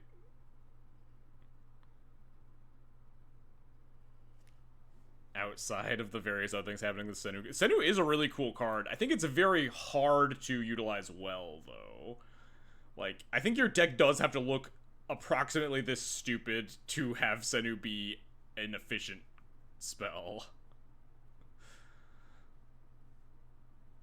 Alright, we're playing against Yorion D&T, the 4 Crocus deck. If only, again, we played against Crocus 3 times after I made fun of, like, we'll never get Crocus, it'll be fine. We want Containment Priest.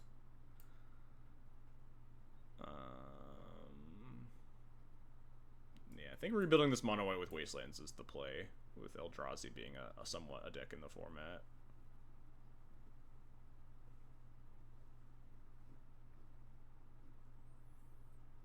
Sideboarding Cataclysm versus D&T? Like, doesn't seem that bad. I don't know if boarding in White Orchid Phantom for the Crocus is, like, the play. Seems kind of horrible. I guess we have 3 slots if we cut all the Thalias, huh? What if I want to board in these Cataclysms, huh? I'll just ship it. That's fine. I don't think we can really beat D&T without something like Cataclysm, though. Maybe I should have thought a little harder. Perfectly castable double White Orchid Phantoms. Just very well designed, well built, well structured deck all around. No critiques at all. I think I am keeping this hand regardless of how much I'm just really giving it the piss.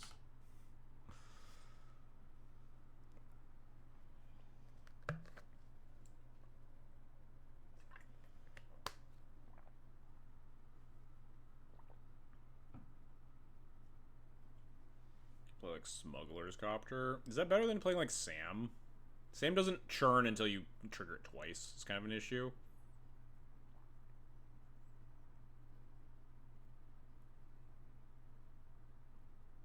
Can we ever beat a Mother of Runes? Oh, well, I guess the answer is yes. Something to do with one of these White Orchid Phantoms.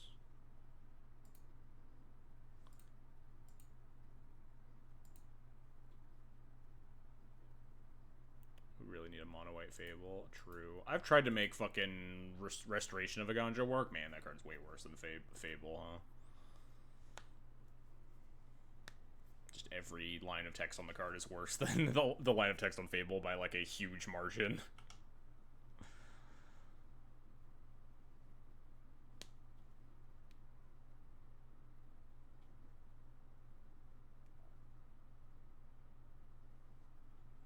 No.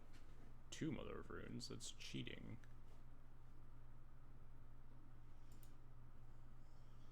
Alright, go get him, Inti. I believe in you. Inti Trample can get through a Mom. Opponent reading my new card.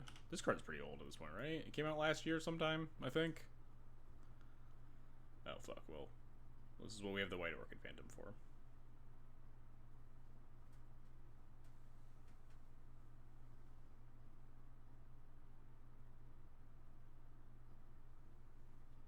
Do I spend this turn, like, playing Cassandra instead? Just, like, not really caring about the Caracas? Just get my fucking equipment into play? It's just more mana efficient. I guess with this Chromox I could White Orchid and then play out the Inti, but then I'd have to pitch the Cassandra, and the Cassandra seems like a pretty reasonable way to try to win this game.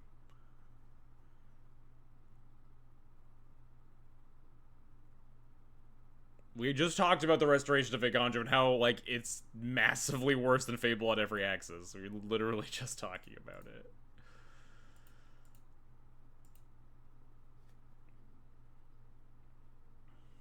We gotta put the new cards into play, right? We can't just fucking White Orchid Phantom this Caracas. We have to put 6 mana worth, 6 CMC worth of stuff into play.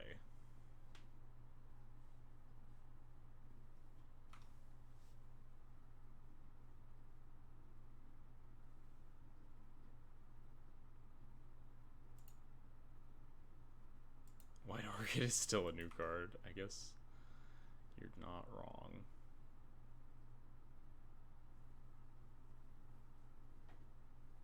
Currency Converter? Wow, we're really digging deep on the trash heap, huh?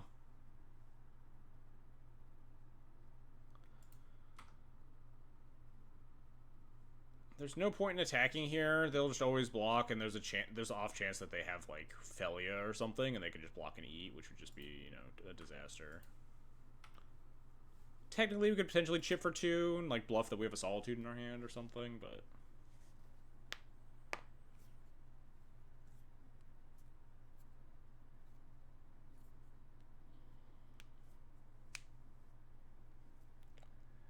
Hey, Nebulizer?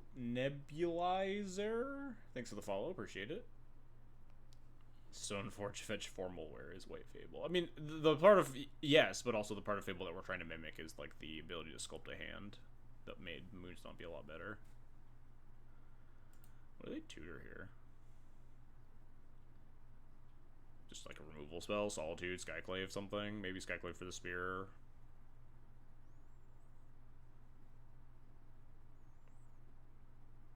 We're just gonna go White Orchid on the Caracas. They're gonna bounce my Cassandra, and we're gonna play Inti.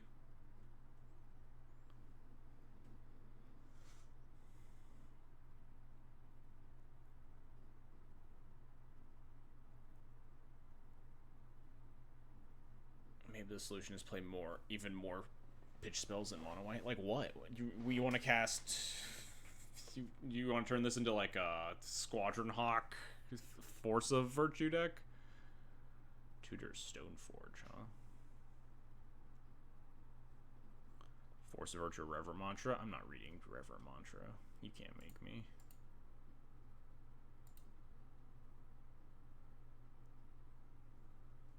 Scars of the Veteran.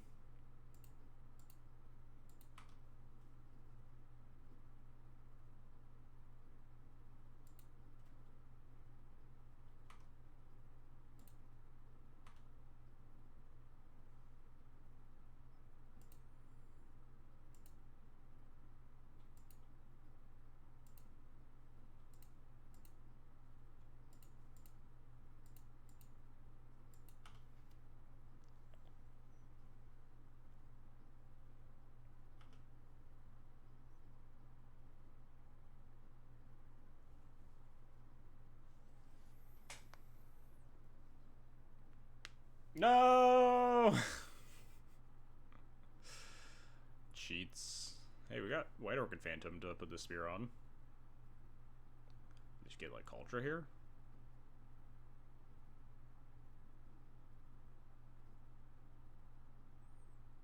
Opponent is cheating, playing 2 Caracas. Illegal GT, huh? I guess that's pretty reasonable.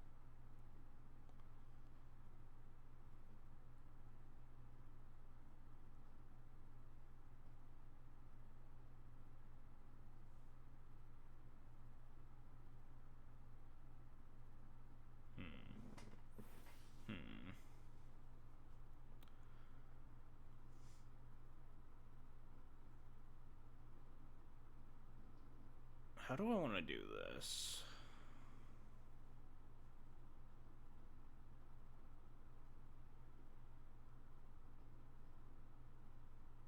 So we could like Chromox, pitch Cassandra, path, plow the mom. Go to like equip, spear, attack, draw 2, but then we're just gonna die to this GT, I think. If we get rid of the mom, the Iganjo Castle can technically prevent the Stoneforge from triggering. But it's really hard to hold that up. We only have 3 white. We could make the 4th white with the Chromox again. We could just play the Caracas, pitch the Cassandra, say go. And then if they activate, we at least get to kill 2 creatures. And if they don't activate, we get to block and activate a Iganjo Castle to prevent the GT damage. I think that's probably the best plan, honestly. It's your main weapon in Monster Hunter. Dual Blades.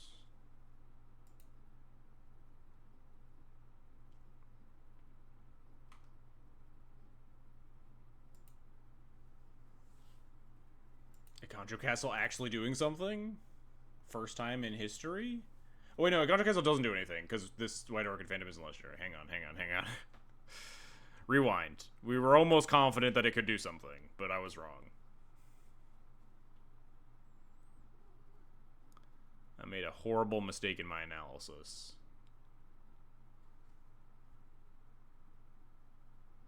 We could make a 3/2 legendary. Inti is like, no, they're gonna bounce the Inti though, so like that doesn't do anything.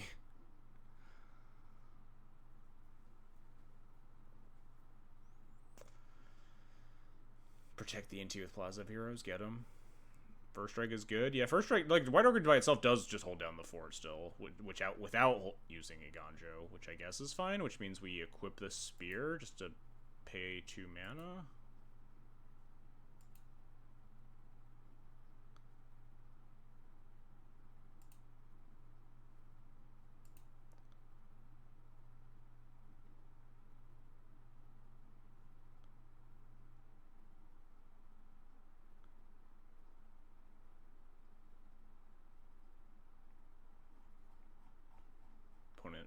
Spear.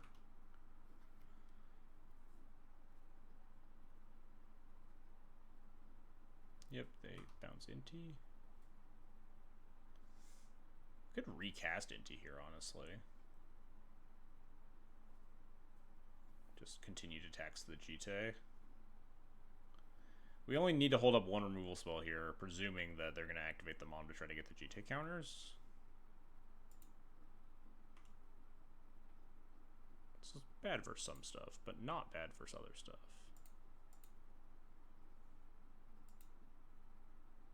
Oh, whoops. I can tap mana. Why doesn't this deck have Wasteland? What idiot told you to do that? Yeah, well, in a perfect world, this deck could have Wastelands and just not have red cards. I think that would solve some of the problems.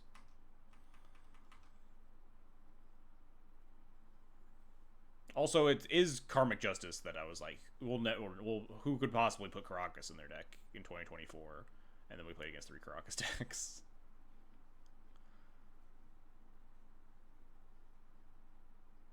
This deck has, like, pretty efficiently battled Karakas every time it's been put into... Most of the time it's been put into play, though. Like, Achani's really good against it.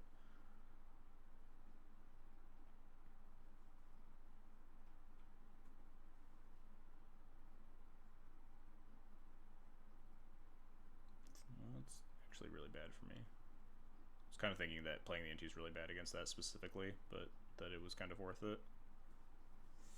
They also might not Wasteland the... Flagstones. That's pretty bad, though.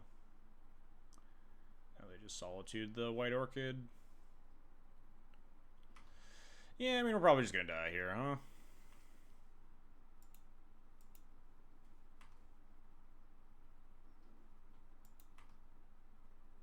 Draw another White Orchid, maybe?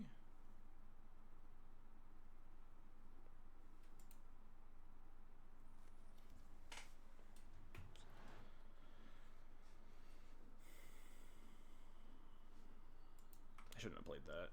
There's a world that they let me go to combat, but unlikely.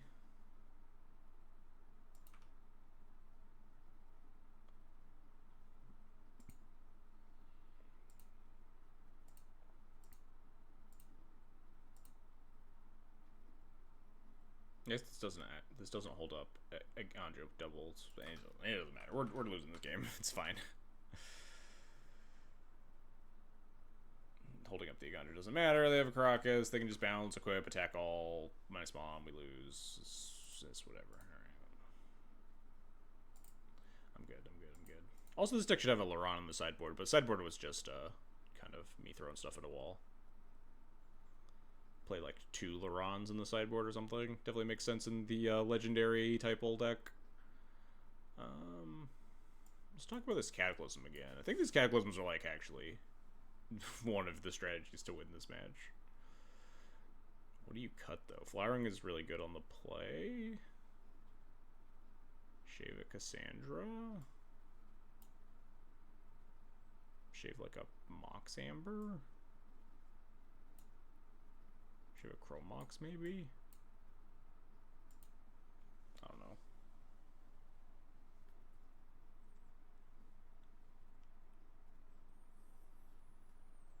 I'm not really able to get somewhere versus without the second Karakas in play. But I think mono white with like Wasteland's main and then also White Orchid side could be something. Could mono white play Ephemerate? Does mono white want to play Ephemerate? Probably not. It does pair well with like Solitude. But deck doesn't really have enough ETBs. You'd want Felia.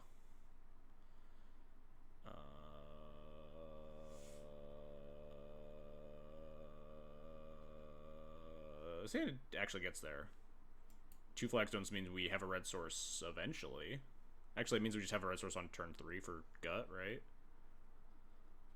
It'd be nice to be able to turn 2 a Gut. Like, turn 1 Skrelv, turn 2, like, red source Gut with Mox Amber. But...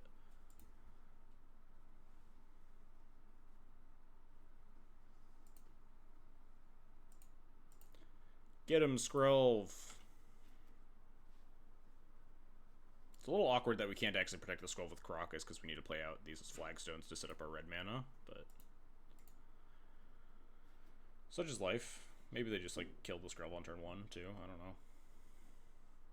Opponent reading Skrelv. Understandable. Most of the cards in my deck are pretty bad.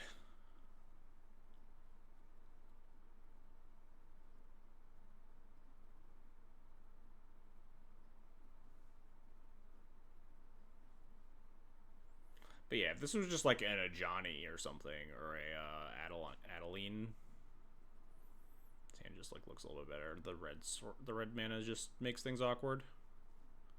I still don't know who Skrelv defected from to. I assume defected from Elishnorn to the good guys.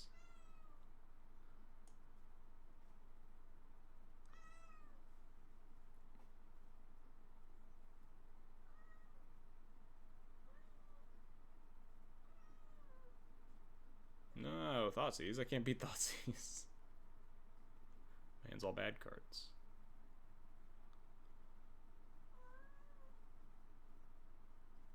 Adeline would be pretty sick here. Would you want to play Brimaz over Adeline for Ajani synergies, or is that insane? I think it's insane. It's possible that Brimaz is better than the second copy of Adeline, though, right?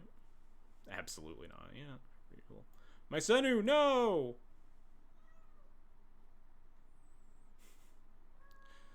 This doesn't work.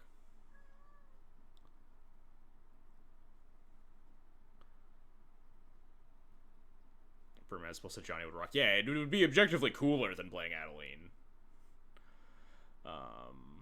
Unfortunately, we just have a bunch of white mana here that we can't do anything with, so I will attack with Skrelv and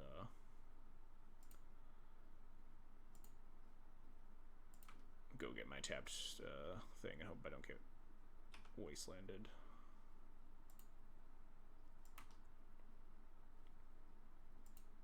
Get him! 9 more hits and they're dead to poison damage. Skrelv defected from the Orthodoxy because mites are generally meant to be disposed of regularly, and now wants to dispose her and become the face of the Orthodoxy. It's basically its whole story. Interesting, interesting.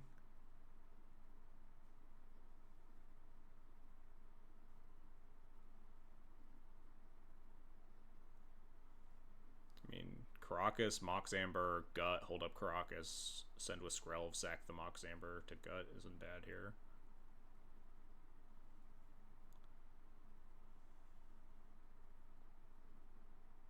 I'm gonna kill my Skrelv and upkeep. I have no basics.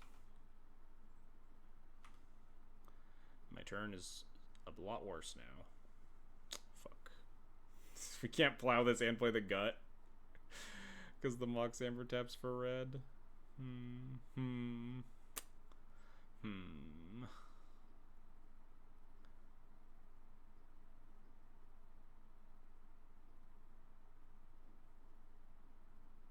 I just have to plow this mom, right?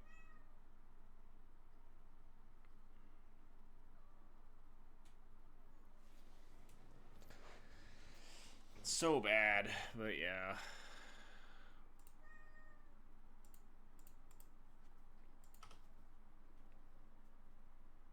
I guess I'm supposed to play out this Mox Amber, huh? I already have 6th. But I could get like Thal. I guess I can't get Thalia out of a Caracas. Dog agrees. That's actually Cat. Who usually doesn't hang out in here. Plateau? Excuse me, opponent? Maybe they'll eat my Senu.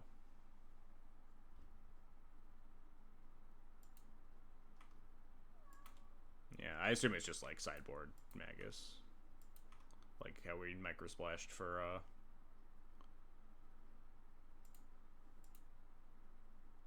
There's no way I'm supposed to play with this Caracas to protect this Gut, right? There's like just no way. Oh, yeah, she's on. Hey. Ah! When did she get there? Just now. I was so concentrated. Do we ever win if we just get Gut plowed? No, never. Maybe we do have to legend rule. She's really upset. She's really mad that you've done this to her.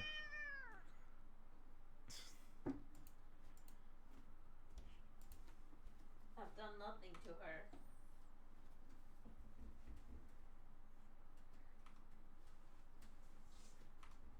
Also, I'm seeing the problem with the no pressure sensitivity thing.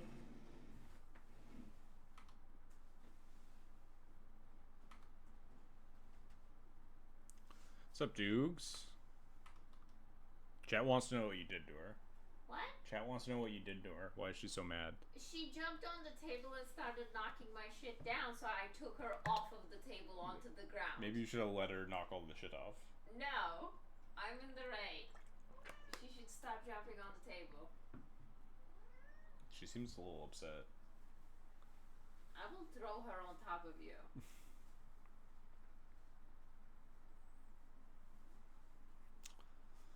Awkward thing here is that we actually can't attack very profitably. Guess it depends on what they do. Oh, that's pretty spooky. They just like equip attack. I guess I'm just supposed to trade. Well, am I ever? If I don't trade, they just use the 2 GT counters to bounce the gut. Whereas at least the Crocus can protect further legends. I think I'm just supposed to trade and then lose. We could block bounce, but then, like, what are we doing? They're just gonna attack again. We have to pay 3 mana, block bounce again.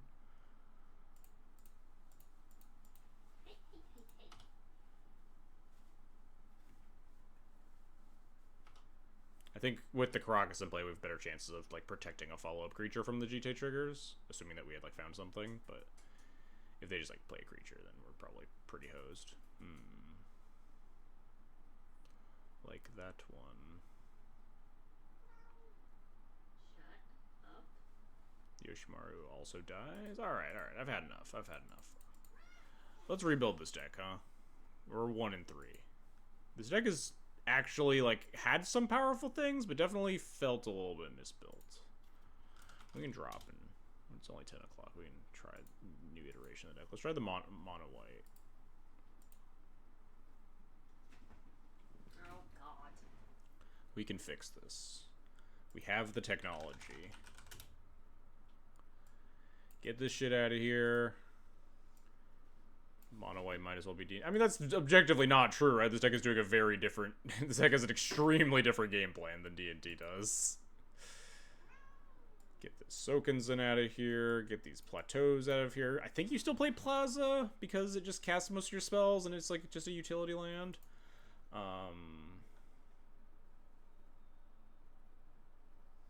Play basic planes. We can play more flagstones. We want to play the 4th of Johnny. We could potentially not play 4 plazas, yeah. Doesn't work well with, like, plows and sideboard cards and stuff, so yeah. Sideboard White Orchid Phantoms. What is this ordering? Why didn't it feel... Oh, we're just in the middle of it, that's why. I thought it usually orders chronologically. It does.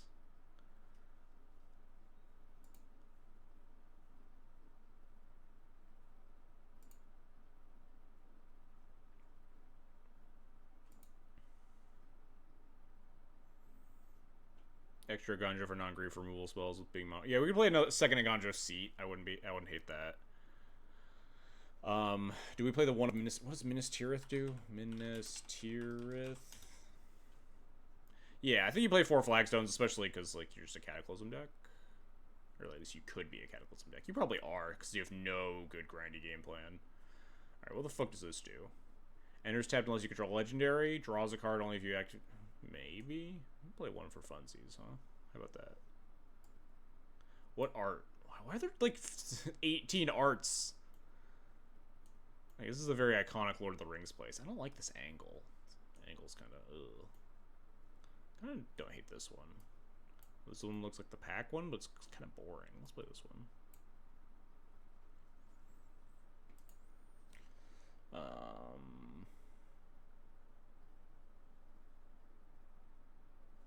What other legend? Hang on.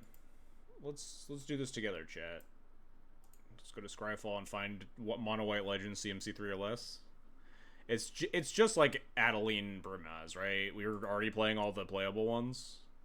We can potentially put some MDFCs into the mana base as well. Makes the Chromoxes a little bit better. We could play like Witch Enchanter or the other thing. We could add more, yeah, 1s and 3s, I think, are what's on my mind. White. Legendary. Creature. CMC less than or equal to 3. Legacy legal. We could play Big Thalia, true. Yeah, I think on 3, I think you just want things that kill your opponent at that point, mostly. Just like Adeline, Brimaz. Could, I guess Samwise is the other direction we were potentially discussing. You could play like Sam, and you could maybe work this into a Felia deck.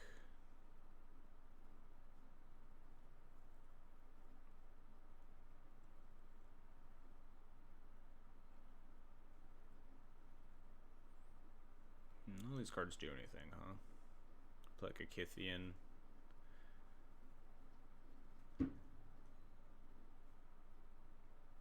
Yeah, we could maybe make this a Felia deck. I'm not certain that this can be a Felia deck. We have Crocus. We have to play Mangara, right? That's how it works. Could play Mila. Card sucks. Yeah, it doesn't feel like a Felia deck. I'm inclined to agree. As much as, like, Felia does kind of work a little bit with some of the cards.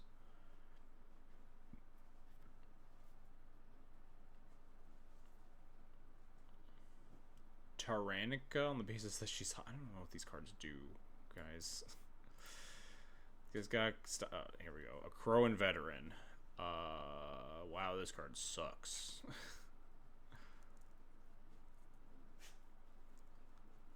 Assemble the players. Are we like all power 2 or less? I don't actually know. Could play Tomic. Tomic could be like a sideboard card maybe too. Although it's like not like basically it's only against Loam. Good decent against like Wasteland stuff, but Redain? What does Redain do? This thing isn't taxing anything.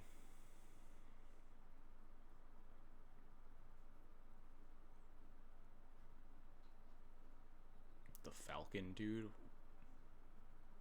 Y'all gotta be more specific. Wait, does this work? Does this work with Senu now? Does this errata to say birds? Oh, hell yeah, let's go. Senu Lord. Chat, stop suggesting bad cards. I can't put Sarajane into this deck. It's on Moto. I have to assume that that name is a Doctor Who card. Anyway. We can play one Brimaz, one Adeline.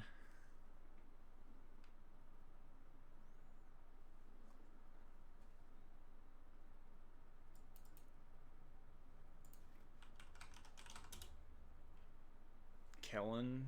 We can't cast the other side of Kellen, right?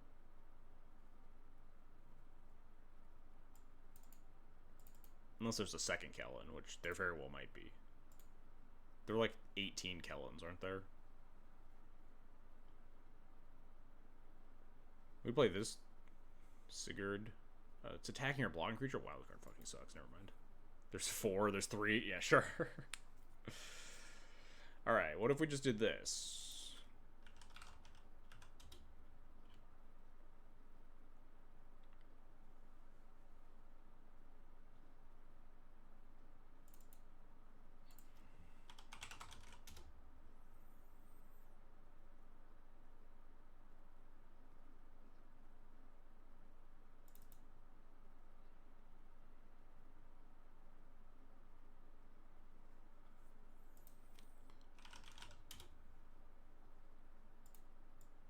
Put like 2 plazas maybe.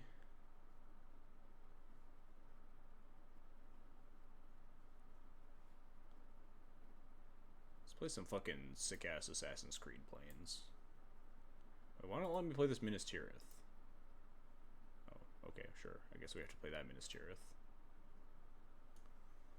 Fair enough.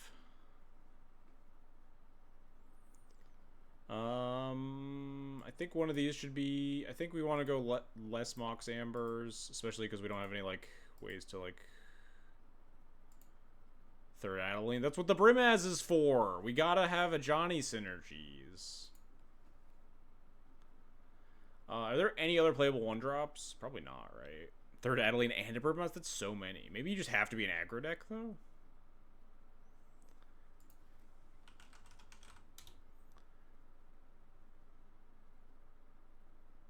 This Minas Tirith is looking worse and worse, huh?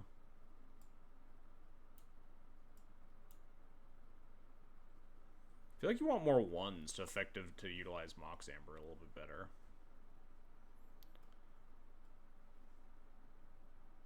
I'm gonna cut this Minas Tirith and play like a Witch Enchanter.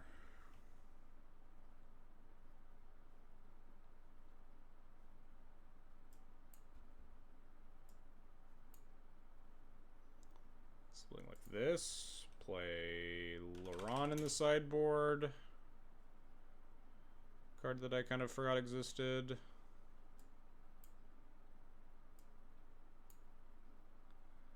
We could always play the other Isamaru also, yeah. I'll just run like this, I think. This looks okay. This mana base definitely means more. Maybe you just don't play any Plaza of Heroes, and you can just play, like, a third Flagstones and, like, a fourth basic Plains. You're just, like, never activating his Flagstones, right? It's just, like, 8,000 mana. If you want utility lands, you can just play, like, more Witch Enchanters or the other thing. Yeah. I'm off the Plaza.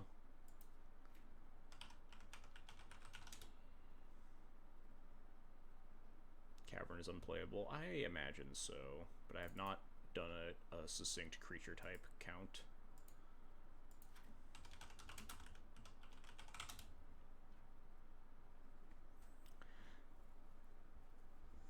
There's maybe a world that you could also retool this to be like Sam Wasteland, maybe even like Sam plus Felia plus like Wasteland locking stuff. But I just want let's try the aggro. Let's just try the aggro plan.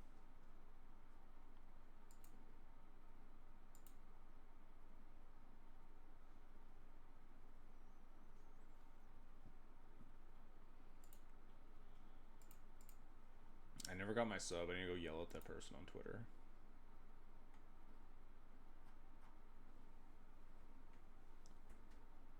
It's so much work, though. I'll do it after the stream.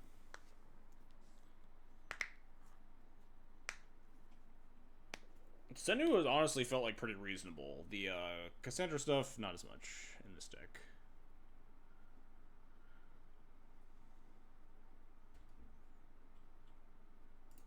It's pretty light on mana, and like Cassandra is a fairly mana-intensive card.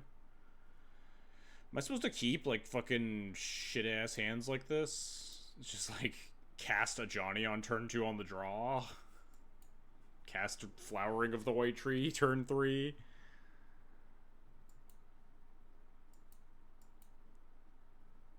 Like, what am I beating with this hand? I mean, we got Solitude.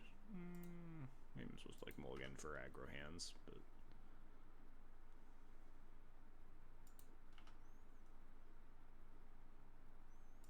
Alright, it's a little bit better.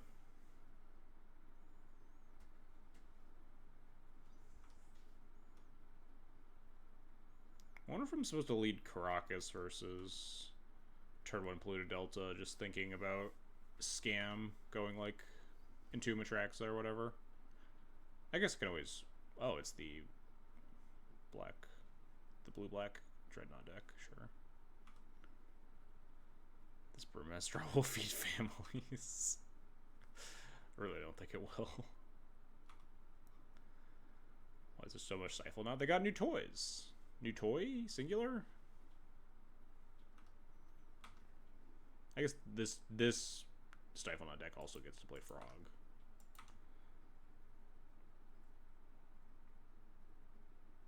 It would have been nicer last turn. I think I'm going to lead Thalia here. This deck doesn't get to play the stupid the 1/2 flyer thing, so this will tax their ability to put a Dreadnought into play. Or they just have Bowmasters, sure.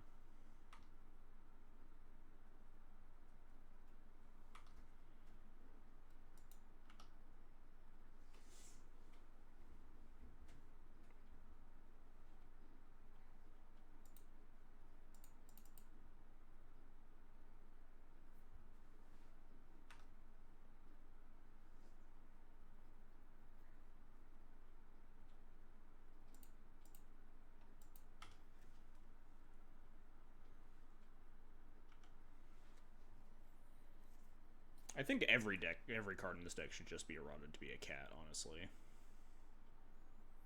Rip Skrelv. I mean, they can't really attack, though.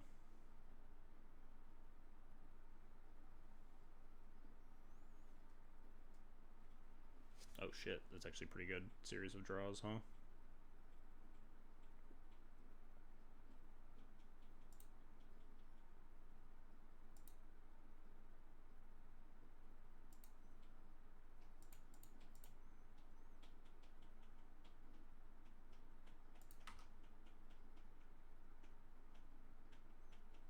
I should attack with the Ajani. Attack with a Cat Warrior? They can't attack me, yeah.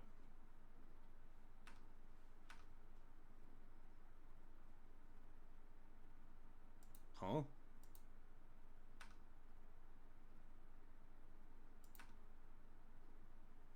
I'm not yielded, right?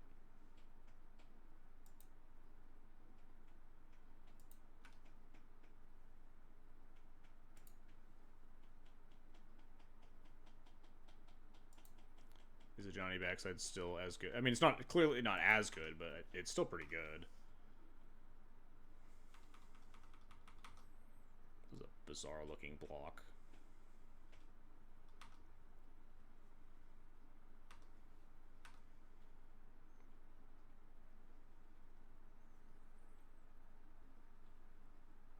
I think I just hit the make a cat button repeatedly. I don't even think I played this land. I think I just can hold up a Gonjo. Maybe that's not true. This could be potentially like dress down into like untapped Dreadnought or something, and I want to be able to like cast Solitude on there instead of untap cast another Solitude.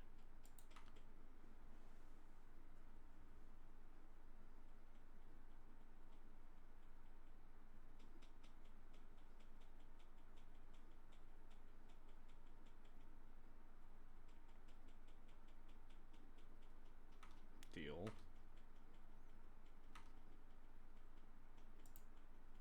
I guess maybe I should have activated Skrelv there. Didn't really think about that. I kind of just forgot Skrelv had text, to be perfectly honest. This feels like, yeah, dress down into untapped Dreadnoughts.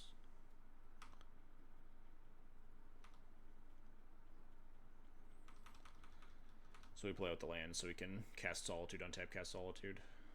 Potentially. They might, like, wasteland me.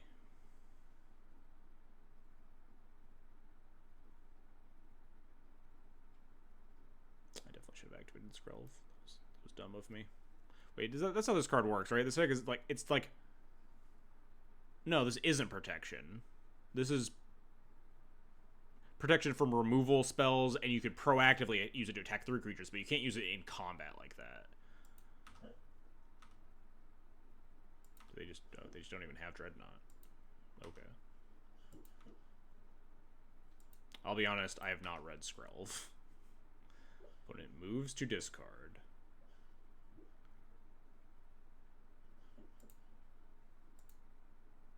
I should just be fucking attacking with the Skrelv. Like, what am I protecting? The Skrelv is protected by the Karakas. Please cast removal spells on my cat tokens.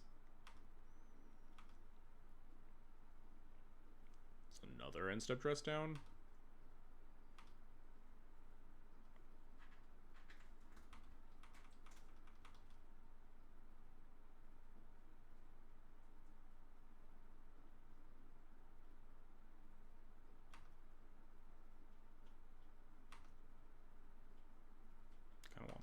mojo back, huh? There's no way my Solitude resolves here, right? I just let them go to discard.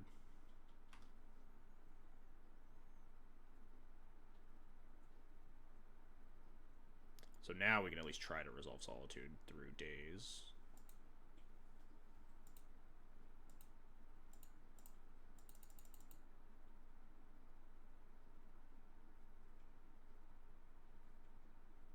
Oh shit, that just worked, huh?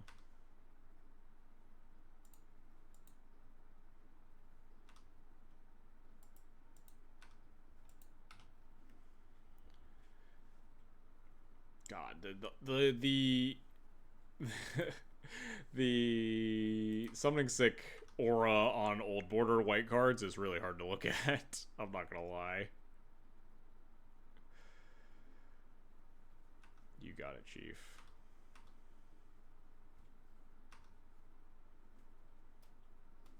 Yeah, that's fine. Resolves. Would you like to go to game 2? No? Alright.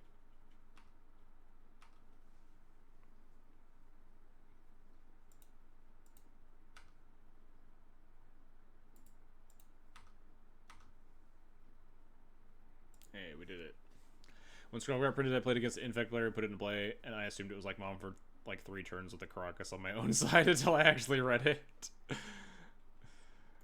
I mean, it obviously is bad against Caracas, but like, I was thinking that you could use it in combat or something like a Mom, but it's not actually protection. It's protection in 2 of the very important ways, which is like it protects something from being targeted, and it protects something that needs to try to punch through for damage.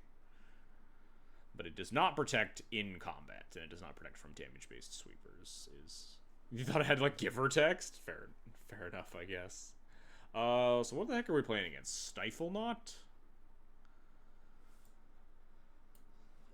I guess we want Laurens.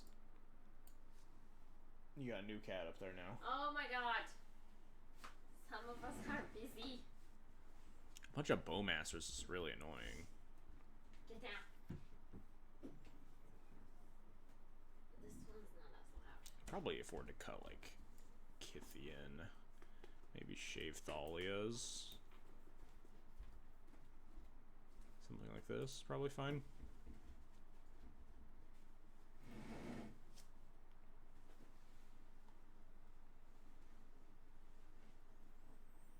Alright, this end's mediocre but keepable. It's not good for making blocks, yeah. It's good. It's a very aggressive Skrelv. It's good for trying to push damage, and it's good for protecting your stuff from dying. Sand is bad versus some cards.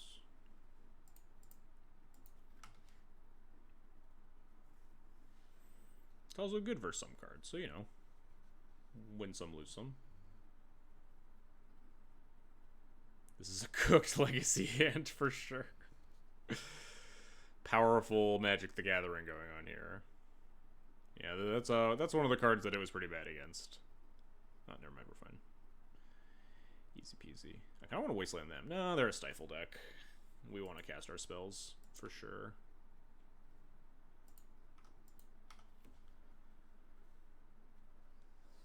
Turn clock. Go get him, buddy. You definitely won't die to a flurry of arrows in short order. I guess we play Thalia here, right? Skrelv is at least a flag bearer. Thalia disrupts some stuff. Or gets, like, dazed, obviously.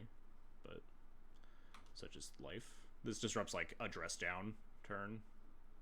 Yeah.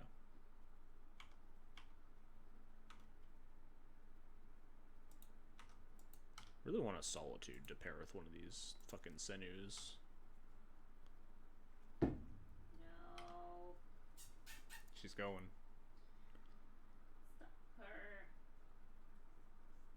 My dream is for someone to just not read the Verdant Sources Plowshares it. Yes, please. Skyclave Apparition, your bird. I guess that one you wouldn't get the 2/2 at the end, but still would be funny.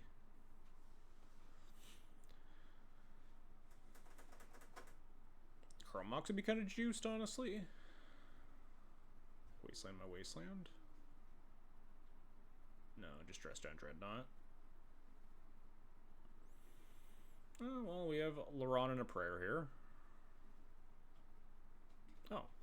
We have Laron and also Solitude and Prayer. Oh, no, we actually can't cast Laron. JK. But we have Solitude and a Prayer.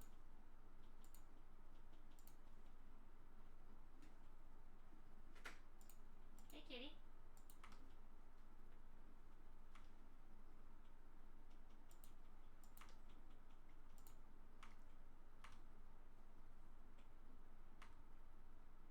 I don't know that Chrome Mox works with Bird, right? It does work with Bird.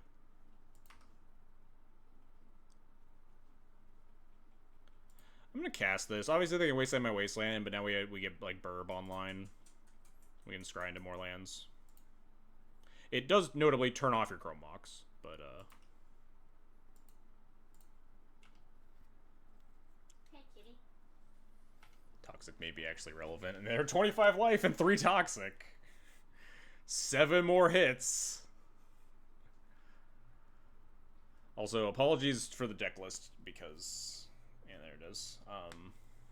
The new cards aren't on the deck list. We actually didn't put this new mono white list on. Let's do that after this match. Someone remind me before I go into another match. Oh, wait. Shit. What I really want to do is fucking set an upkeep stop, huh? Well, maybe not. If they just Bowmaster down my Senu. They might Bowmaster down the Skrelv, though. I feel like you just gotta target Senu, yeah. If we draw a white source, we just fucking... Okay, we're not. Is Suppression Field criminally underplayed? I think it's appropriately played. And by that I mean, I don't think it's very good.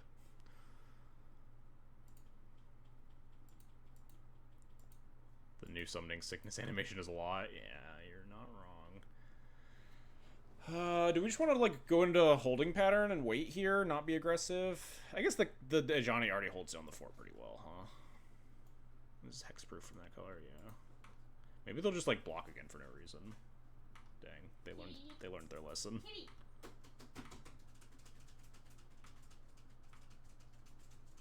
How does Bird beat Suppression Field? By attacking for 2? I don't understand. Our deck isn't actually very high on activated abilities.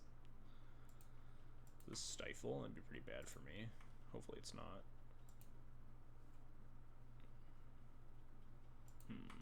That's pretty bad for me. I'm gonna have to read Skrelv. We can talk about the text on Skrelv for as much as we want, and I'm just gonna have to read it every time anyway.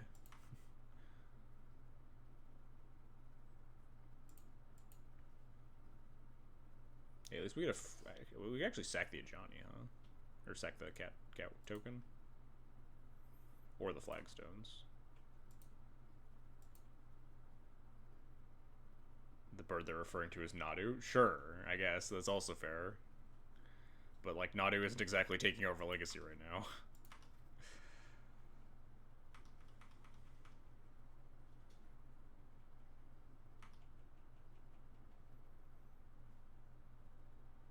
Does the Johnny flipping trigger Yoshimaru? It does, right? Because it has to exile and come back into play. It's kind of sick. Don't think it's going to do a lot for me, but it's kind of sick.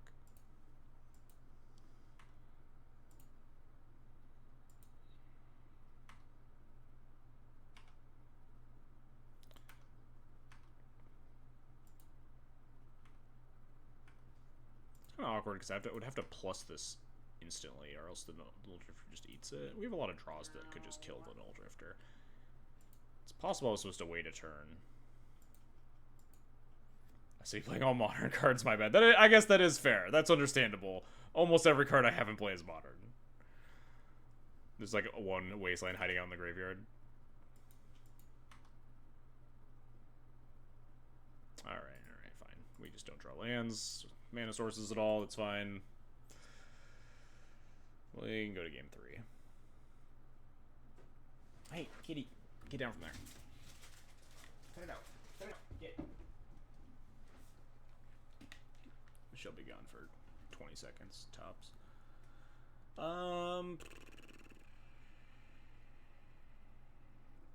Kind of want Thalia's in the deck. Thalia's like Thalia versus this deck is nicer. It's obviously bad against Bowmaster, but it is nice that it taxes their ability to actually do their like Dreadnought Stifle thing by a pretty significant amount.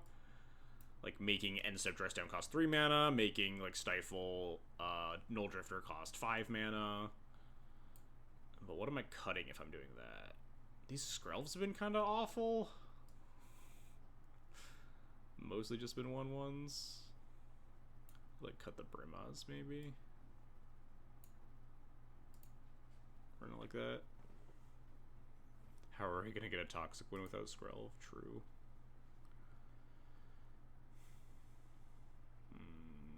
Another Wasteland. I mean, I'm still gonna keep this.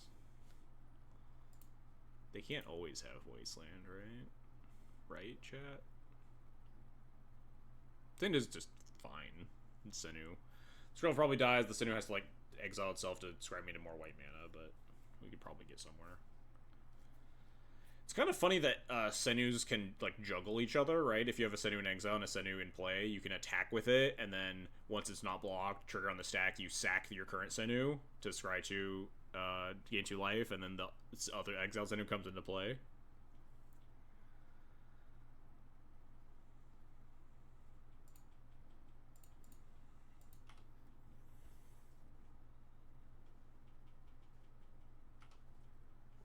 Chromox draw would go pretty hard here. Can we stop? Leave me alone, opponent. Oh, thank God.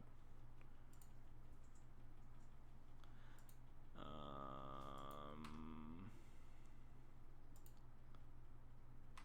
trying to think about if I want to expose this to second Wasteland, potentially play Flowering. I'm never casting Flowering next turn, but I do want to not take 3 damage, cast Senu. Oh, we won't get Wastelanded a fucking second time. There's no way.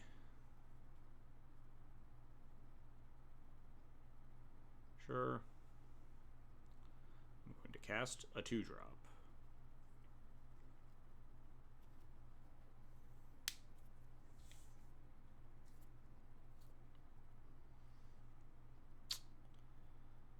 It's probably a better 2-drop to cast, huh? Do I want to protect it? I guess we'll put it on the stack first, huh? They might just daze it. Force it. Deal. This Skrelv's going all the way. I believe in him. Just a little guy. God damn it.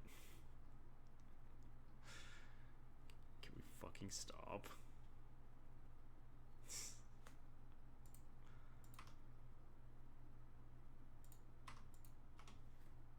Perfect mana.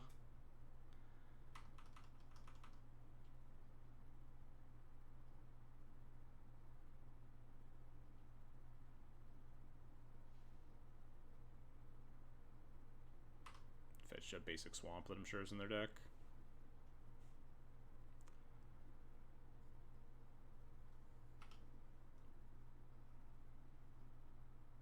There we go. A little bit of justice in the world, huh?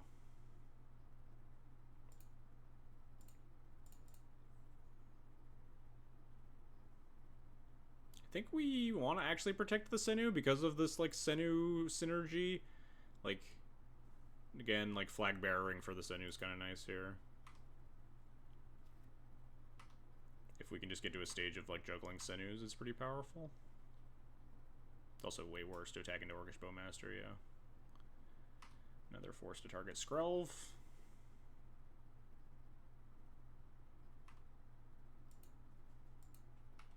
Obviously, like if I wanted to play around Bowmaster, I could.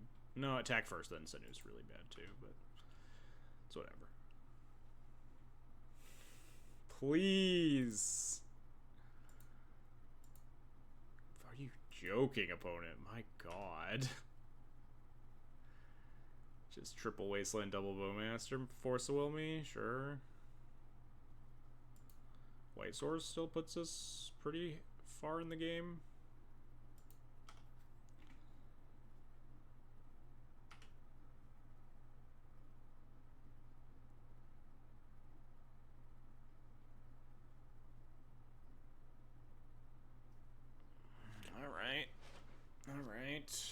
does this do, huh? I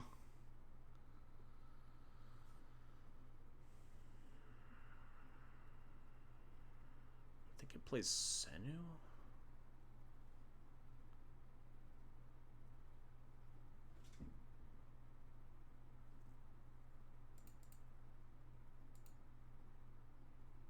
It's definitely pitching this flowering of the white tree.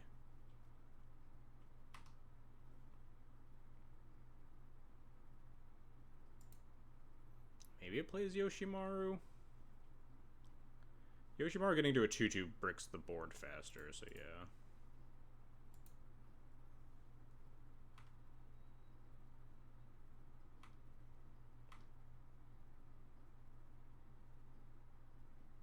I'm likely just gonna wasteland if they fetch out like a non-basic here ever. They probably just don't because they need to protect their mana, yeah. Try to get to like stifle plus thing.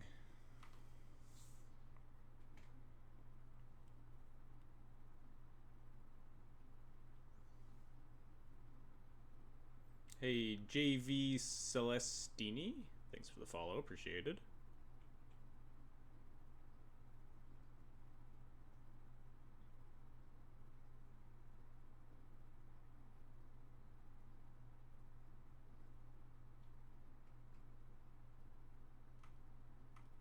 Attack all.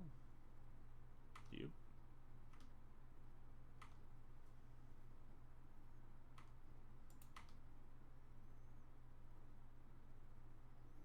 It's much better to play than Senu here, huh?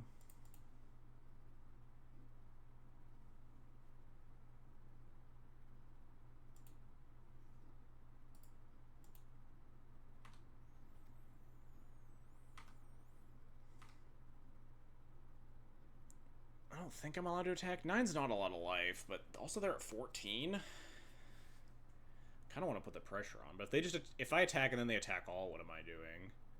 I guess I'm just putting the Ajani in front of a Bowmaster and putting the Cat Warrior in front of an Orc Army, and that's just an extremely good trade for me. But if they find a removal spell, I think I'm winning this game waiting. So I think I want to try to get to a more stable position.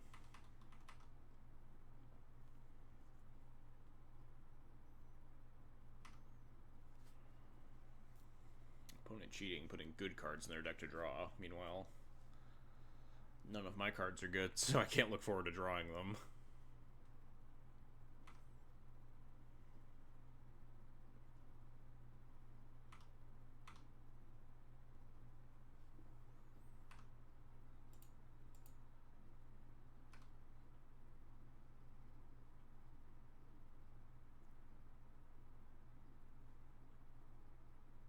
Yeah, this is fine.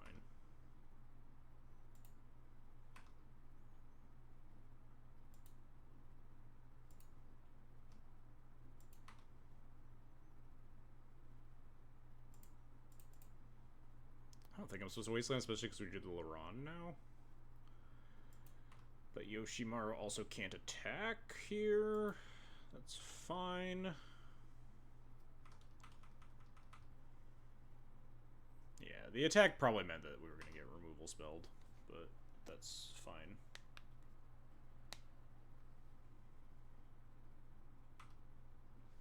Three mana? Are we just like going to cast Divination? No, they just want to shuffle off their Brainstorm. Oh, just amused to go for the throat? Yeah, blue-black specifically is kind of like strapped for good, clean removal spells that target everything. Upkeep stop for the bird? Not anymore.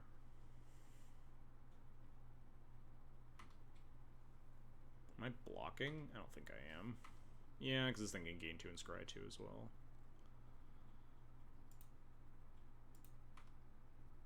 I think I'm probably going to play Laron next turn.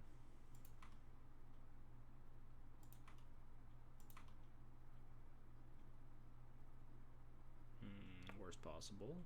Cool.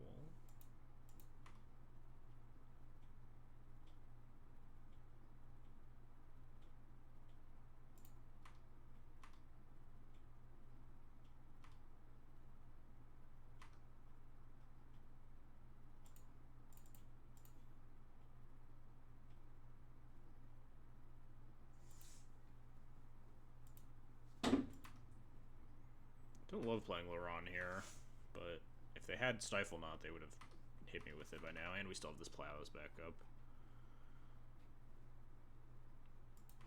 Please don't draw Divination. That would be really... Or please don't draw Stifle. That would be really annoying.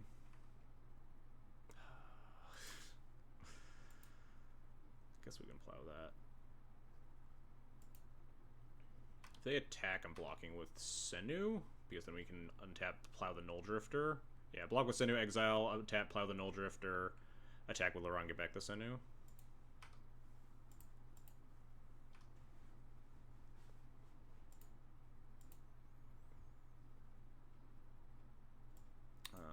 Definitely don't want this Chrome Monks, probably want this Path to Exile.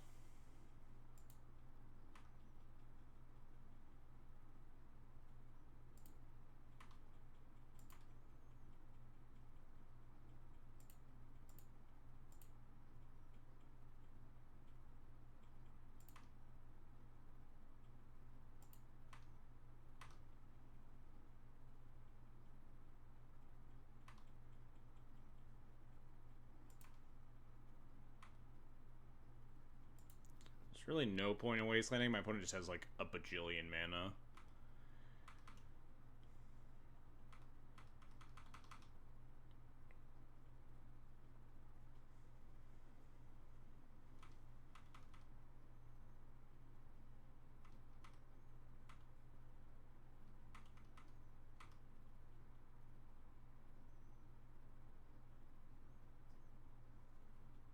Yeah, this is why I plowed instead of pathed. So now they have 0 cards in hand. This upkeep stop is free to do.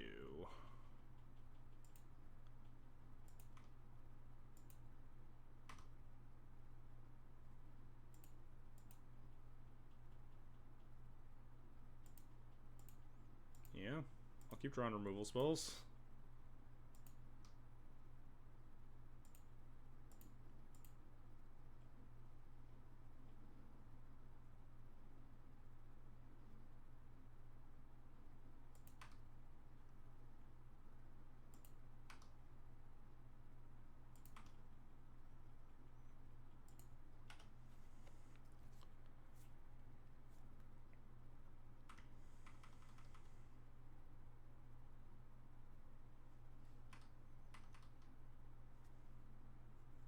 They keep attack alling, which is kind of weird to me, but maybe they drew another thing. It's a little bit dangerous. We're at 6, so I'm not going to upkeep Senu now, because if they have removal for the Laurent, it gets really bad for me.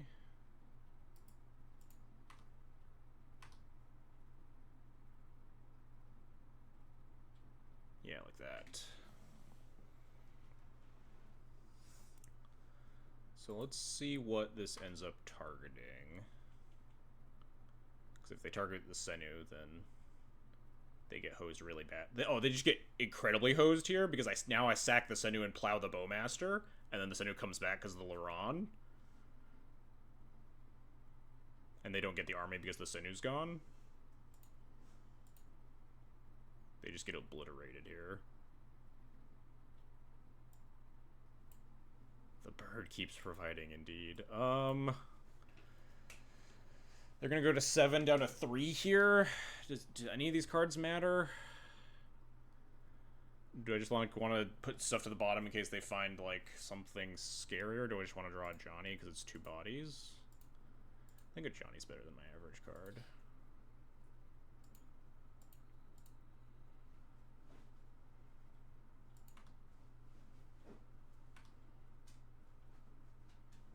The bird will continue. They should have absolutely not gotten greedy with that Bowmaster and just killed the Senu when it was summoning sick. They fucked up that really badly.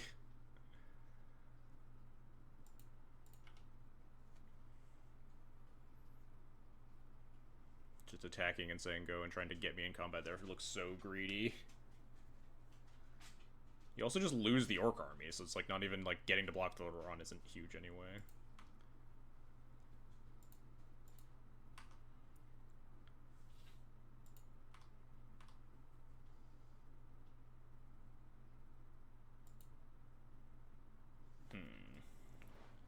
Dress down means they can trade Orc Army for... Or they can trade Bowmaster for Senu. Or I could just sack Senu, play a Johnny. Oh, playing a Johnny is really bad into the dress down, though, so probably just play Skrelv. I could just let this trade happen.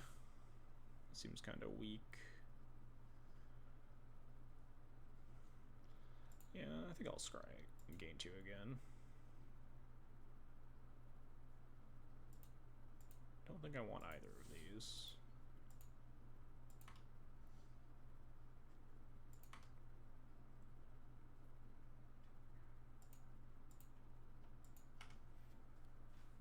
Skrelv means that we could potentially attack through the Bowmasters next turn, too, for lethal. Like, pro-black attack gets the Senu back.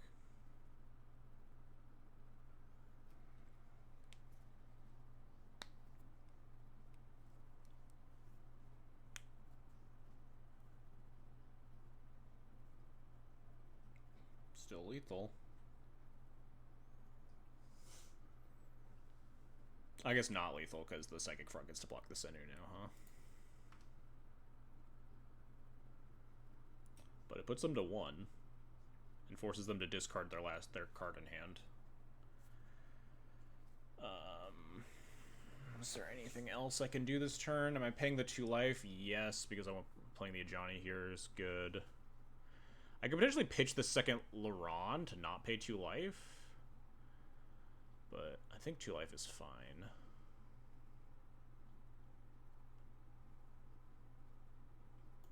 It can't be blocked by creatures of that color. Alright, so it can't be blocked by black creatures. Oh no, this is lethal. They can't block the Senu because this is after blocks are declared.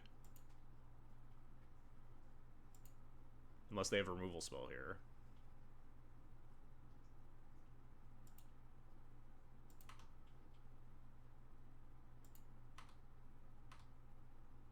They can't block the Senu because the Senu doesn't come back until blocks are officially declared. And they just die. They are attempting to give their frog flying. It does not matter because they have already declared no blocks. Dead. What? What a game, huh? What a fucking game. How many times? Like, I feel like we scried like 8 that game or something. That was a crazy Senu game. Crawled back into that, like, the start where we just got, like, triple Wasteland, double Bowmaster, Force-a-Willed. We gained 8 life or something. I'm pretty sure we activated this thing 4 times. Notably, we could be at 10 here if we wanted to, but 8 is still a lot of health. Like, if they could have been attacking with Bowmasters if we hadn't gained, you know, 8 fucking life. That was sick, though. Holy crap. It's getting a little bit late, though. I think we got time for a giveaway and then one more match, huh? Bird staple? Yeah, hell yeah. We're kind of cooking, huh? Alright. Let's do a giveaway, huh? Giveaway... We are giving away 120 play points like we do on almost every stream. Exclamation point giveaway as soon as I type in this giveaway. What's our word? Our word of the day has just got to be Senu, right? Senu is just cracked. Giveaway Senu. Type Senu in the chat. Where's my title? Let me put that on screen for people somewhere. Hello? Title. Here we go. Senu in chat.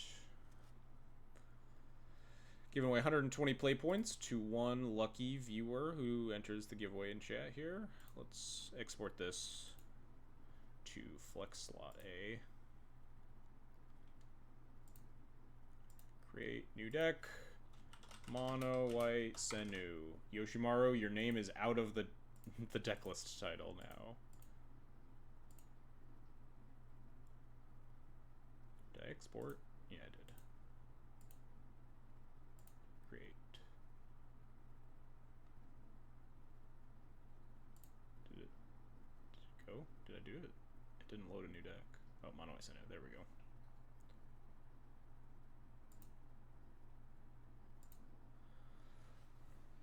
Senu's in chat. This card is like, if there are more, is there like a reliable way to get it out of your graveyard if it dies? Because it's really powerful in a deck of legendary creatures like that, where it can just like constantly come back as a threat. It's just like, it's just only like Lion Sash or like bad cards, right? Like Relic of Progenitus and stuff. Reanimate, not what I meant. I meant like exile it, reuse it. We should be playing a Gemstone Caverns maybe? I say as we like almost lost that game numerous times because we have too many colorless sources in the deck. Like Gemstone Caverns, kind of a banger, huh? I think Rest in Peace is good because you just get to board in Rest in Peace versus like Scam and Delver, and like Senu plus Rest in Peace versus Delver seems really sick.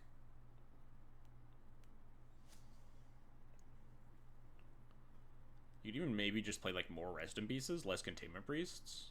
Just play like 3 Rest in Peace, stuff like that. Surgical your Senu.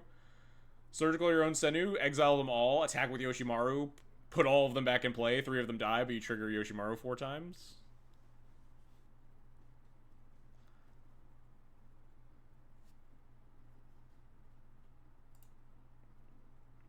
Alright, the deck list is now maybe on Flexlot. Flexlot's freaking out on me now. He keeps saying my Patreon validation has failed. I haven't validated Patreon.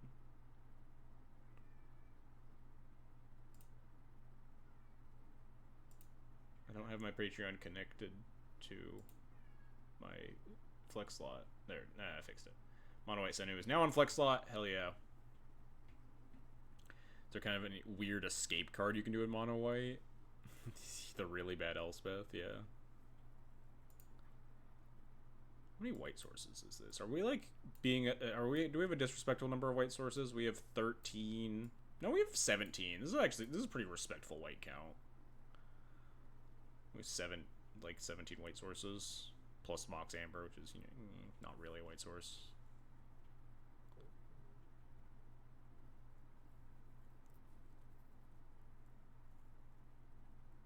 Oh, duh, Sentinel's Eye. Oh, yes. How could we forget? Legacy staple Sentinel's Eyes. Alright. I forgot to set a timer for ending this giveaway, so we're going to end the giveaway now, because I think everyone's done typing Senu. Get your Senus in. Last 10 seconds or so. Ooh. Made that way too big. Gotta make it more apparent.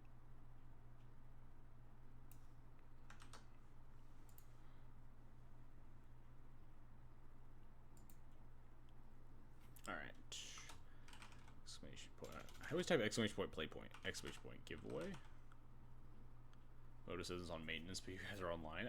I know Moto's been having some troubles tonight. And our winner is Thulak. Thulak, please type something in the chat so I don't have to scroll up and find you. Never mind, I already scrolled up and found you instead. But you also typed in chat, thank you.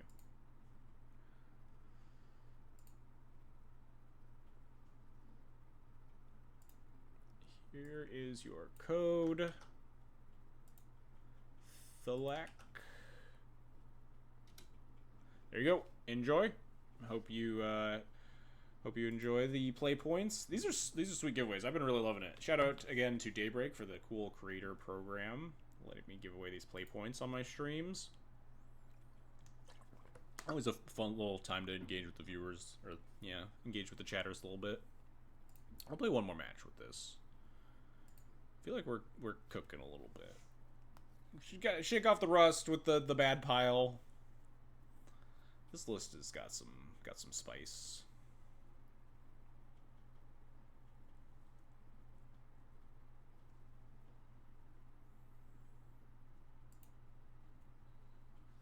Man, these games always just want Chrome Mox.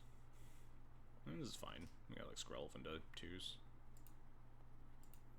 Skrelv is so much worse than Mother of Runes, jeez. I wonder if it's even worth playing Skrelv just for like legendary synergies. Oh, I have an upkeep stop. I hate having an upkeep stop. I just need to cut all these cards that make me have stupid stops. We can't play Senu, we can't play Emperor of Bones.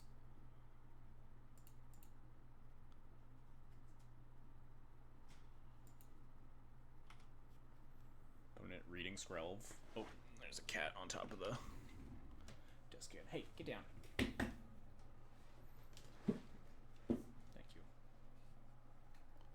Basic Swamp. Are we dead? No. Basic Swamp Thoughtseize. What does that mean? It means we're going to die? They're going to take Thalia and we're going to lose? Probably means we're attacking with Skrelv. It could be like a weird mono-black stompy deck. And I want to... But then holding up Skrelv doesn't really do anything. They probably have like Bowmasters, which can't kill a Johnny. They'd just kill a Skrelv anyway. Wonder how Moto engagement is doing, despite IP issues. It's really cool how much. Yeah, since Daybreak has taken over, Moto has gone just like massively better quality, and like some things are like kind of weird, like these like summoning sick animations. Some people aren't really liking, but like the fact that they are trying, they're like doing visual updates and like seeing what works for people. Taking a Johnny, huh? We're not playing against a combo deck then. Do we want a Yoshimaru here? I don't think so. We probably just want to cast a 2. Kind of makes me want to cast the other Ajani, but I don't know. The Thalia is probably good here. I will pass. 1 damage probably not worth. We can protect the Thalia. The fact that they didn't take it is like a little suspect to me, but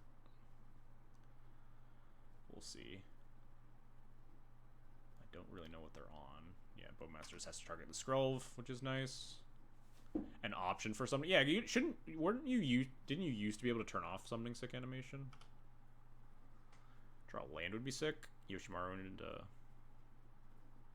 oh, my sound just went out. Oh, Moto crashing. Moto dead. Nope, Moto alive. All right.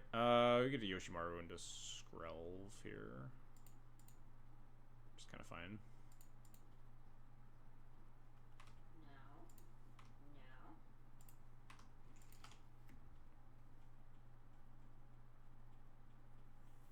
Draw land, slam Flowering the White Tree, punch him.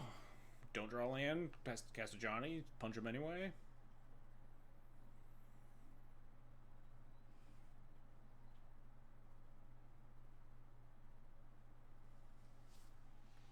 What are they playing here? It does feel like mono black, just stuff. Like we've seen like mono black scam-ish decks kind of float around. Oh hell yeah! I think I want a Flowering here. Flowering shoves so much here with Skrelv defense. Obviously, a Johnny into Flowering also like deals a bunch of damage, but.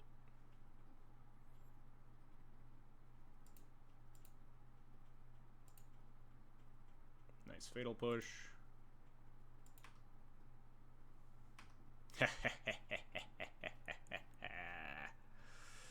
Mono black annoying basic stud deck, that is true. My opponent has picked out some nasty looking basics.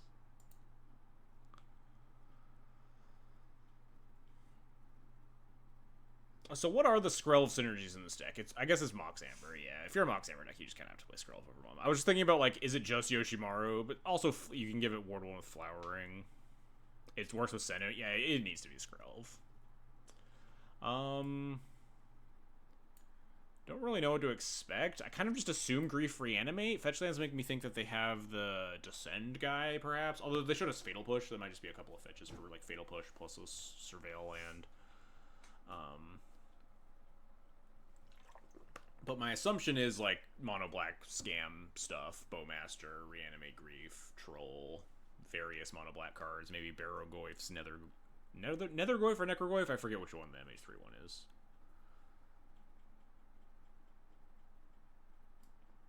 But I think I will probably just shape these Thalias. And then I'll, like, think about putting in Recipes or something, depending on what we see. Haven't seen Cataclysm in a while. Cataclysm seems like a kind of a sweet one in this deck, because you're just never beating those super big value engine decks otherwise. I also just always want to put Cataclysm in my deck, so. Alright, we'll keep this. Hey, kitty. Cut that out. Cut that shit out. Yes. We're keeping this hand for sure. For sure. Get down there. Get.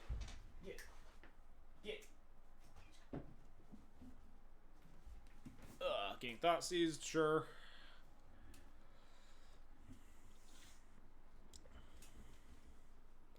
I guess they just take one of the spells, like a Johnny or Burmouse or something. Yoshimaru, but probably not. They probably take something that generates value, yeah. Do I ever Yoshimaru Kithian here? No. Had to reinstall to log in. Rough. I think I want a Chromox Yoshimaru Flagstones predicted from Bowmaster. The Kithian's like not exciting. It gets me to Brimhouse on turn 2.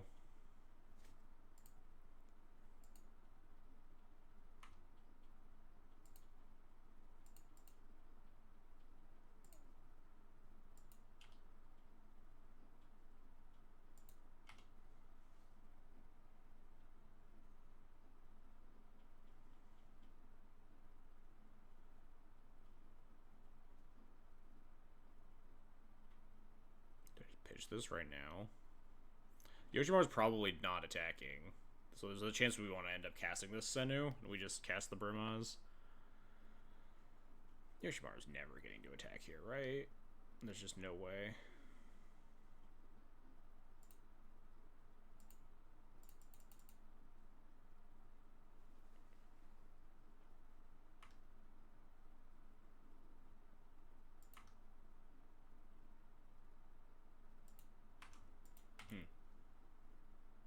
Oh, I guess this just dies to Bowmaster, huh?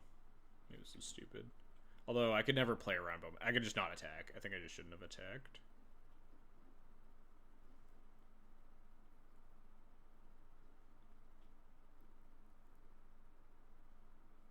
Because with Bowmaster, it gets blocked, and then I don't get the Senu to enter play anyway. Oh. Dismember. That's much better for me. Second Dismember on Brimaz. Go to 8. Alright. Deal. Yeah, this is why I'll just end up casting the Senu. Reanimate. Cast Reanimate on the Troll. I believe in you, opponent. Well, casting Thalia is better than casting Senu here, huh?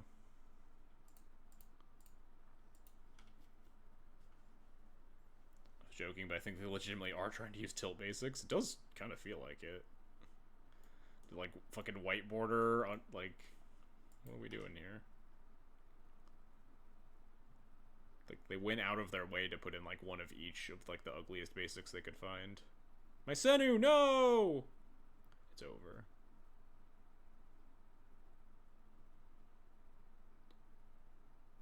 Draw Adeline? Eh, well.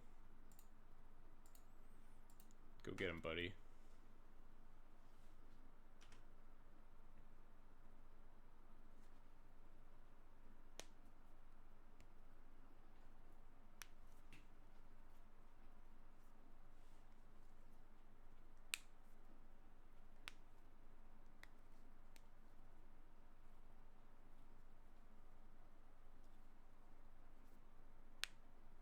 No! They're 2 life. Oh, never mind. They're at a lot more than 2 life. I think we want Rest of Pieces now. Troll means they definitely have Reanimate. What is your problem, kitty? Get out of here. Got one more match to finish. We're done. She keeps jumping up on the desk. But anyway, what I was saying. Barrogoyf plus, like, likely Reanimate means we'd probably just want Rest in Peace at this point. It also is good with our Senu. Path to Exile would be nice top deck. It's a 4/5. Why is it a 4/5? Is it our doing? Did we give them something? Oh no, 4/5 is just standard size. I'm dumb.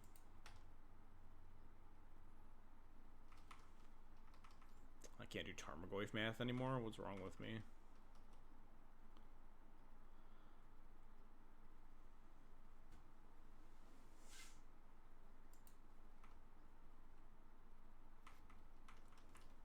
Yeah, I think we're gonna die here, huh?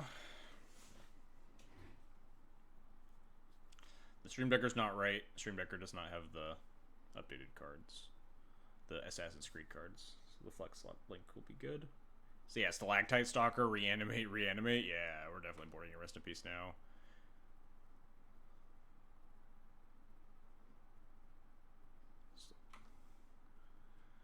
I think I'm good to concede now. We're not beating this Barrogoyf. They're gonna gain too much life. We could like draw a removal spell exactly right now, maybe, and then survive. Nope. Yeah, this is definitely one of the weaknesses of this deck is just, like, having a bunch of Dirtly Chrome Mox and then no ability to turn them into other stuff.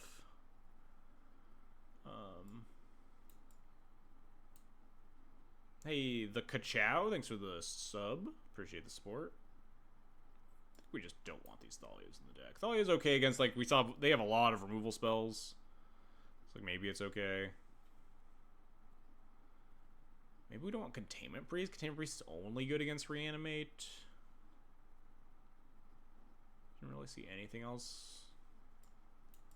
Yeah, maybe we have these Thalias in here. Maybe we go down on Flowering of the White Tree. Ward's nice, but we also need, like, to have enough threats in play.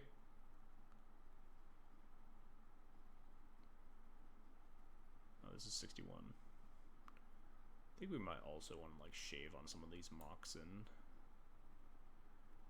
Very attrition-y matchup.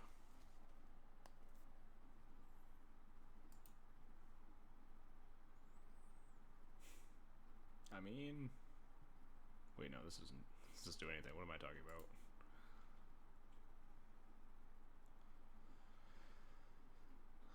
I will keep this. I think I'm just supposed to bottom Chrome Mox. We're gonna get Thought Seized and, you know, die horribly, but... It'd be nice to, like, try to play turn 2 Adeline, but I don't think the Adeline's gonna be able to attack. Maybe there's a world where we get to, like, hold up Caracas with Adeline. If that's the case, I should have kept the Chrome Mox, perhaps, but...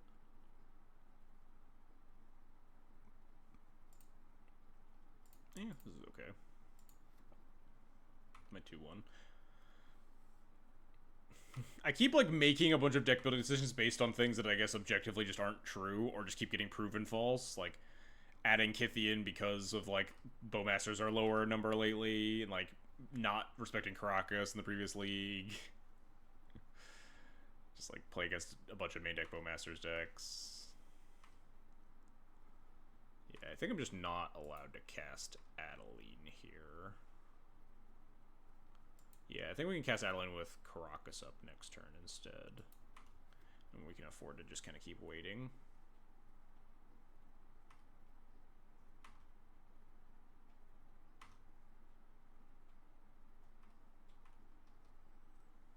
Seems like they kept a very removal dense hand.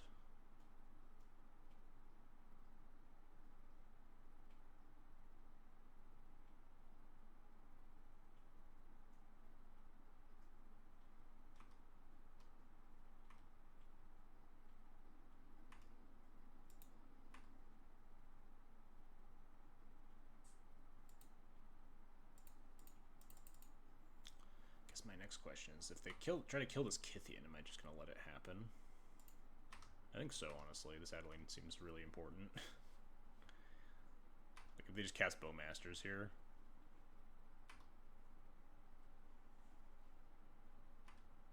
I think I just let all my shit die. Like, picking up the Kythian here seems pretty bad. They always target the human.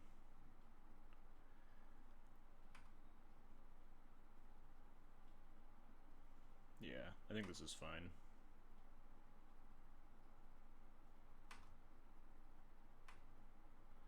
I think we just want to protect our value engine here. Surveil land? So many fetch lands, yeah, they need to have a Surveil in there. Yeah, there's a new animation for Summoning Sickness.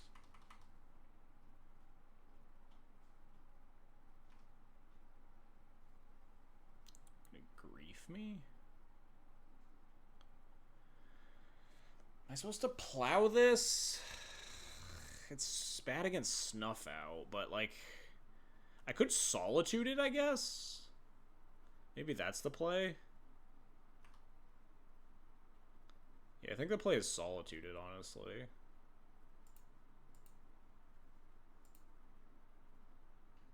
If I plow it, they just take the Solitude, I end up with nothing, and that taps me down of Adeline, so... So this is fine.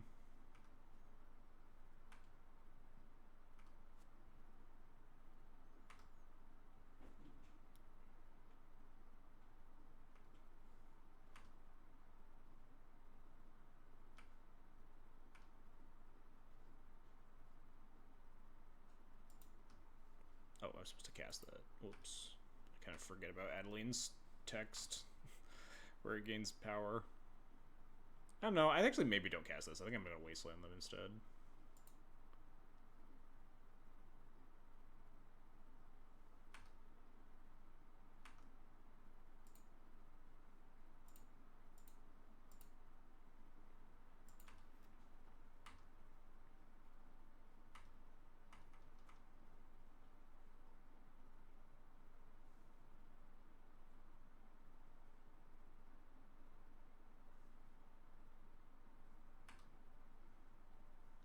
Oh, that's kind of annoying, huh?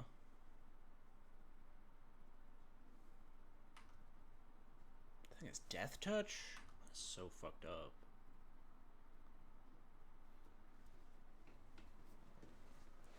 I can just block my Adeline and kill it? 4 cards left in hand? That's so many. They could also just not block the Adeline and just eat tokens if they want.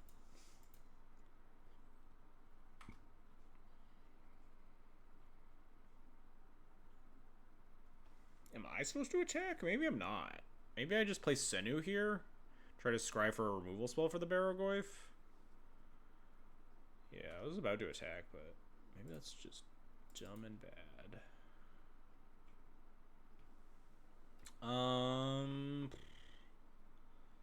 Hey, Mounds of Mayhem, thanks for the follow. Appreciated.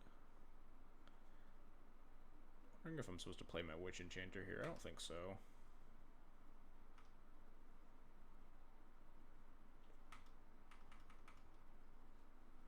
Legendary bird, where have I heard that before? Nowhere. This is the only legendary bird anyone's ever played.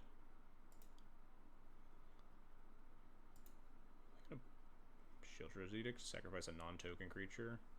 Wow, that's fucking annoying.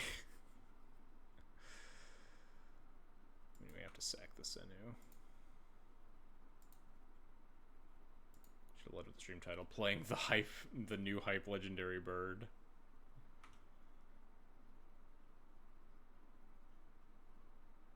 At least we're kind of at an awkward standstill here.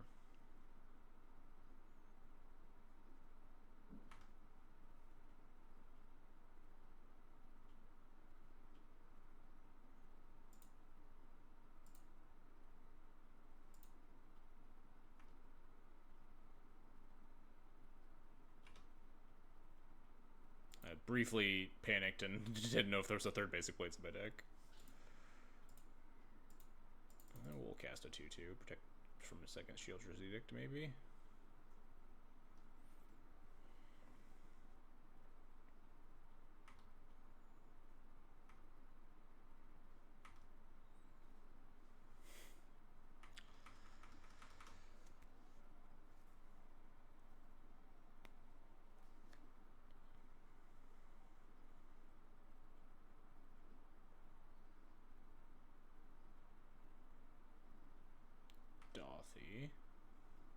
A little bit concerning. 3 cards in my opponent's hand. Just draw like a Swords to Plowshares, Path to Exile.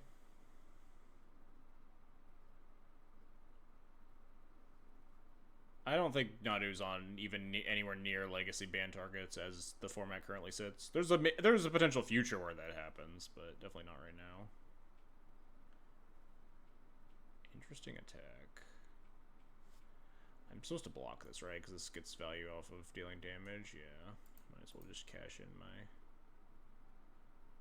1/1 token.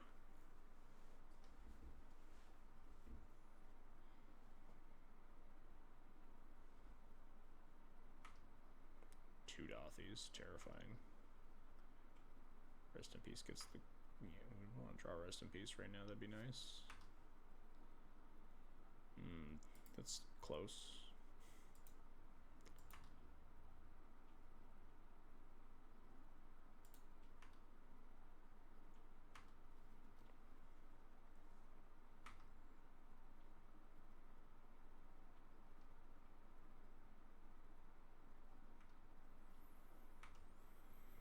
Now we're really under the gun here. Jump block the Barrogoyf with the Witch Enchanter. Try and block it with a chain of humans afterwards. Oh dear. Emperor of Bones gets back my solitude. We just die. Fair enough.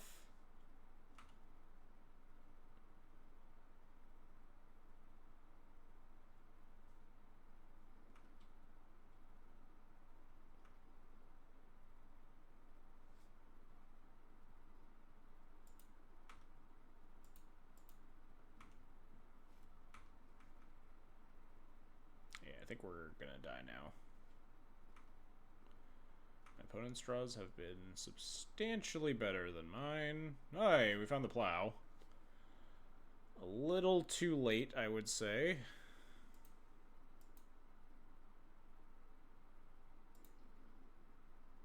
Well, you redeemed timeout. It was nice seeing you, piss man. Goodbye.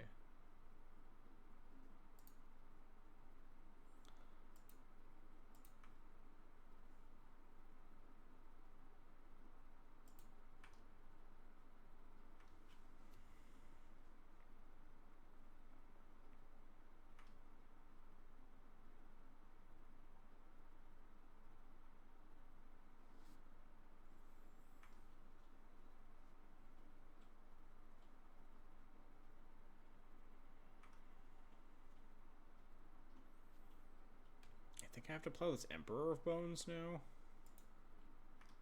Because I'll let them maybe try to block my Adeline first. Yeah. Figures. And we just need to plow this Emperor of Bones and then draw like another plow after that. And then also another plow after that. And then also another plow after that. I don't think we're winning.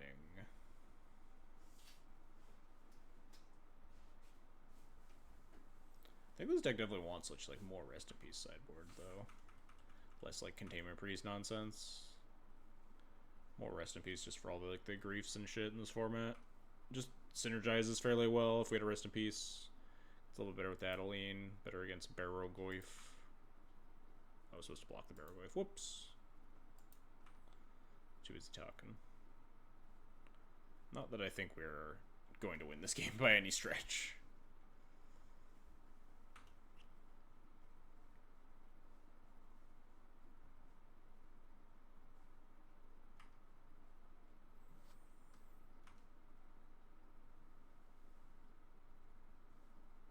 Just in time, Senu.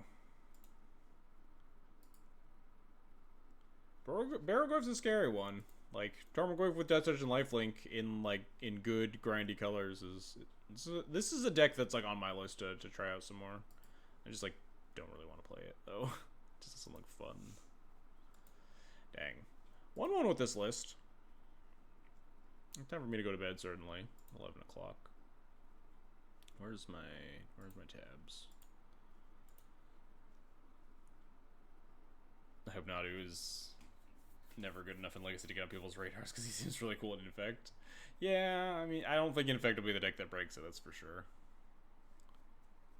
Especially for... I don't think Barrogoyf is particularly good versus the deck that's just a bunch of white removal and Rest in Pieces.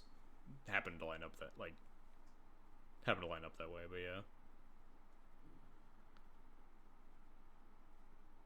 How goes mono white bad pile? It feels better. We just lost to mono black bad pile. But I think this deck makes a lot more sense. We had a really sick game 3 against Stifle Knot where we sacked Senu like 4 times. It was real cool. I think this is more where I want to be with this deck. And then more Rest in Pieces in the sideboard, I think. What was the other change? Just like cut a Containment Priest, 3rd Rest in Peace.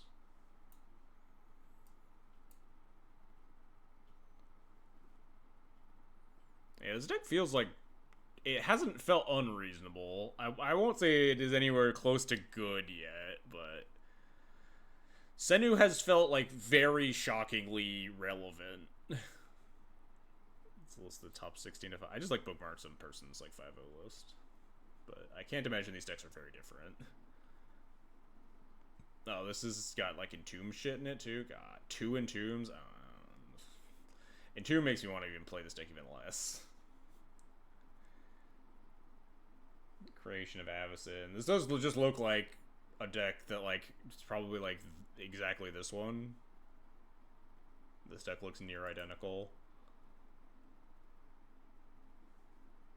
to, like, yeah, Chrome Mox, Dark Ritual, Anime Dead, Creation of Avacyn. It's, like, less on the Creation of Avacyns, obviously, but, like, Barrogoy. This deck is almost identical to this fucking week 1 deck we had. Very amusing. Not unplayable, but not good is exactly buy bad cards to play weekly's territory. It is, you win games. We've won games with it against like real cards. Even it does some surprisingly powerful things. I would like a better way to get Senu out of the graveyard, which is why one of the reasons I kind of want more Rest in Peace and like grindy matchups like a very removal dense matchups like Delver or Scammer or whatever. If you just end up with like a Rest in Peace in play and you can like cycle Senus off of any legend that you get to keep. Add 4 Wilt Leaf Leech to beat Scam. I don't think that is gonna work.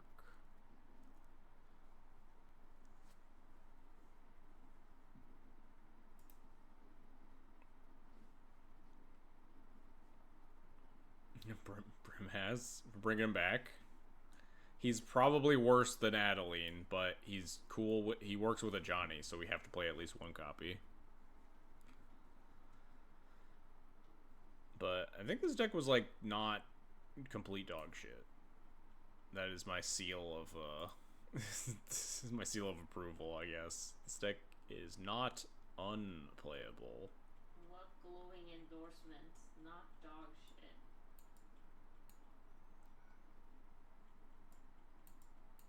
"17 lands. Shaving and Mox Amber felt right. You like this deck really wanted to draw Chrome Mox. Didn't really want to draw Mox Amber that much.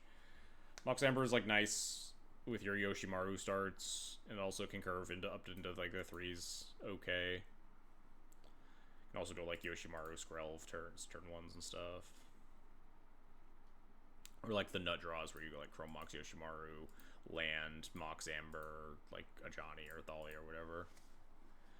Just make a giant fucking creature, but is this deck good enough for me to keep tinkering with? Maybe. We'll see. Next week I'll probably just go back to playing some taxes though. Either black-white Phantom Blade or red-white with Cassandra are on my list. My concerns with fitting in any number of non-legendary creatures is that it makes a lot of the package much, much, much worse. But the idea of having Stoneforge to be able to get specifically Lion Sash to turn your Senus back on is like kind of neat. Unfortunately, Stoneforge Mystic does not work well with most of the other cards. Be nice in paper. You could get pre-war Formal War too. Formal War back your Adeline. It's like a 1,000,006 or whatever. They should just print Nahiri as, like, Desparked Nahiri, and it's just Stoneforge Mystic, except it's legendary.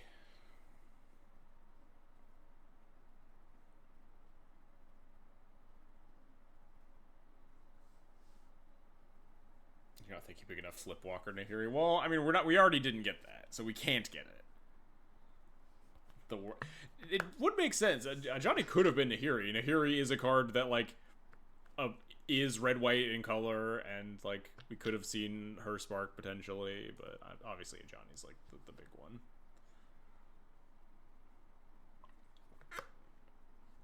Mono white floats into red. How did Nahiri spark? I don't know. What's the story behind that? Because they all, like, spark flavorfully, right? Johnny's brother dies. But I don't know how Nahiri sparked. Anyway, I'm gonna find someone to raid while we're talking about this bullshit. Oh, Newton's playing? Newton's online? Alright, let's go. Let's host Newton. Someone actually playing Legacy tonight? He's West Coast, so that makes sense that he's still online.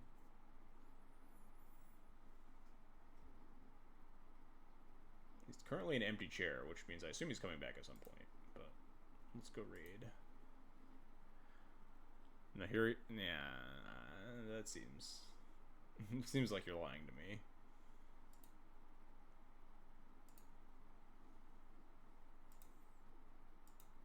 Whoever told me that they were going to sub and then they didn't, I'm coming for them on Twitter. I'm going to roast their ass. We played the Cassandra, and the Cassandra wasn't very good. The juice was not worth the squeeze on that one. Mana was just kind of complete dog shit. Anyway. Thanks everybody for coming and hanging out, as always. Assassin's Creed cards actually kind of interesting. Senu is kind of cool. Cassandra, not cut out for this deck, but is a card that I'm interested with experimenting with going forward. But small, like, mini set, so not a huge shakeup or anything. We'll go back to some normal stuff. But thank you all for watching. As always, if you want to support the channel, you can follow here, follow me on Twitter, subscribe on the YouTube as well. You can also subscribe on Twitch here to get access to my sideboard guides. I should have a sideboard guide coming out soon. I just realized that I forgot to do the big announcement at the start of the stream, but that's fine. Big announcement? Everyone watches these outros, right? Big announcement. We're doing the State of the Noodle 3rd anniversary next Tuesday over on twitch.tv/Akaleth. We're doing it on Akaleth's channel. Me and him together. Same time as I usually stream here, though. I fucked that one up real bad. I was supposed to announce that, but I'm going to make a tweet about it, so it's fine. We'll be streaming on his channel Tuesday, July 9th at 8 p.m. Central Time, 9 p.m. Eastern Time. We're going to be talking about all things D&T, where we're going forward in this scam hell meta that we find ourselves in for the next 2 months. So hope to see you all there. So that's the big announcement that I was supposed to do, and just completely forgot. Got derailed by casting Senu and Yoshimaru instead. But anyway, I think that's everything. Now we'll go raid Noon. It looks like Noon just came back too, so we'll send you all his way. Have a nice night, everybody, or morning, afternoon, wherever you are in the world.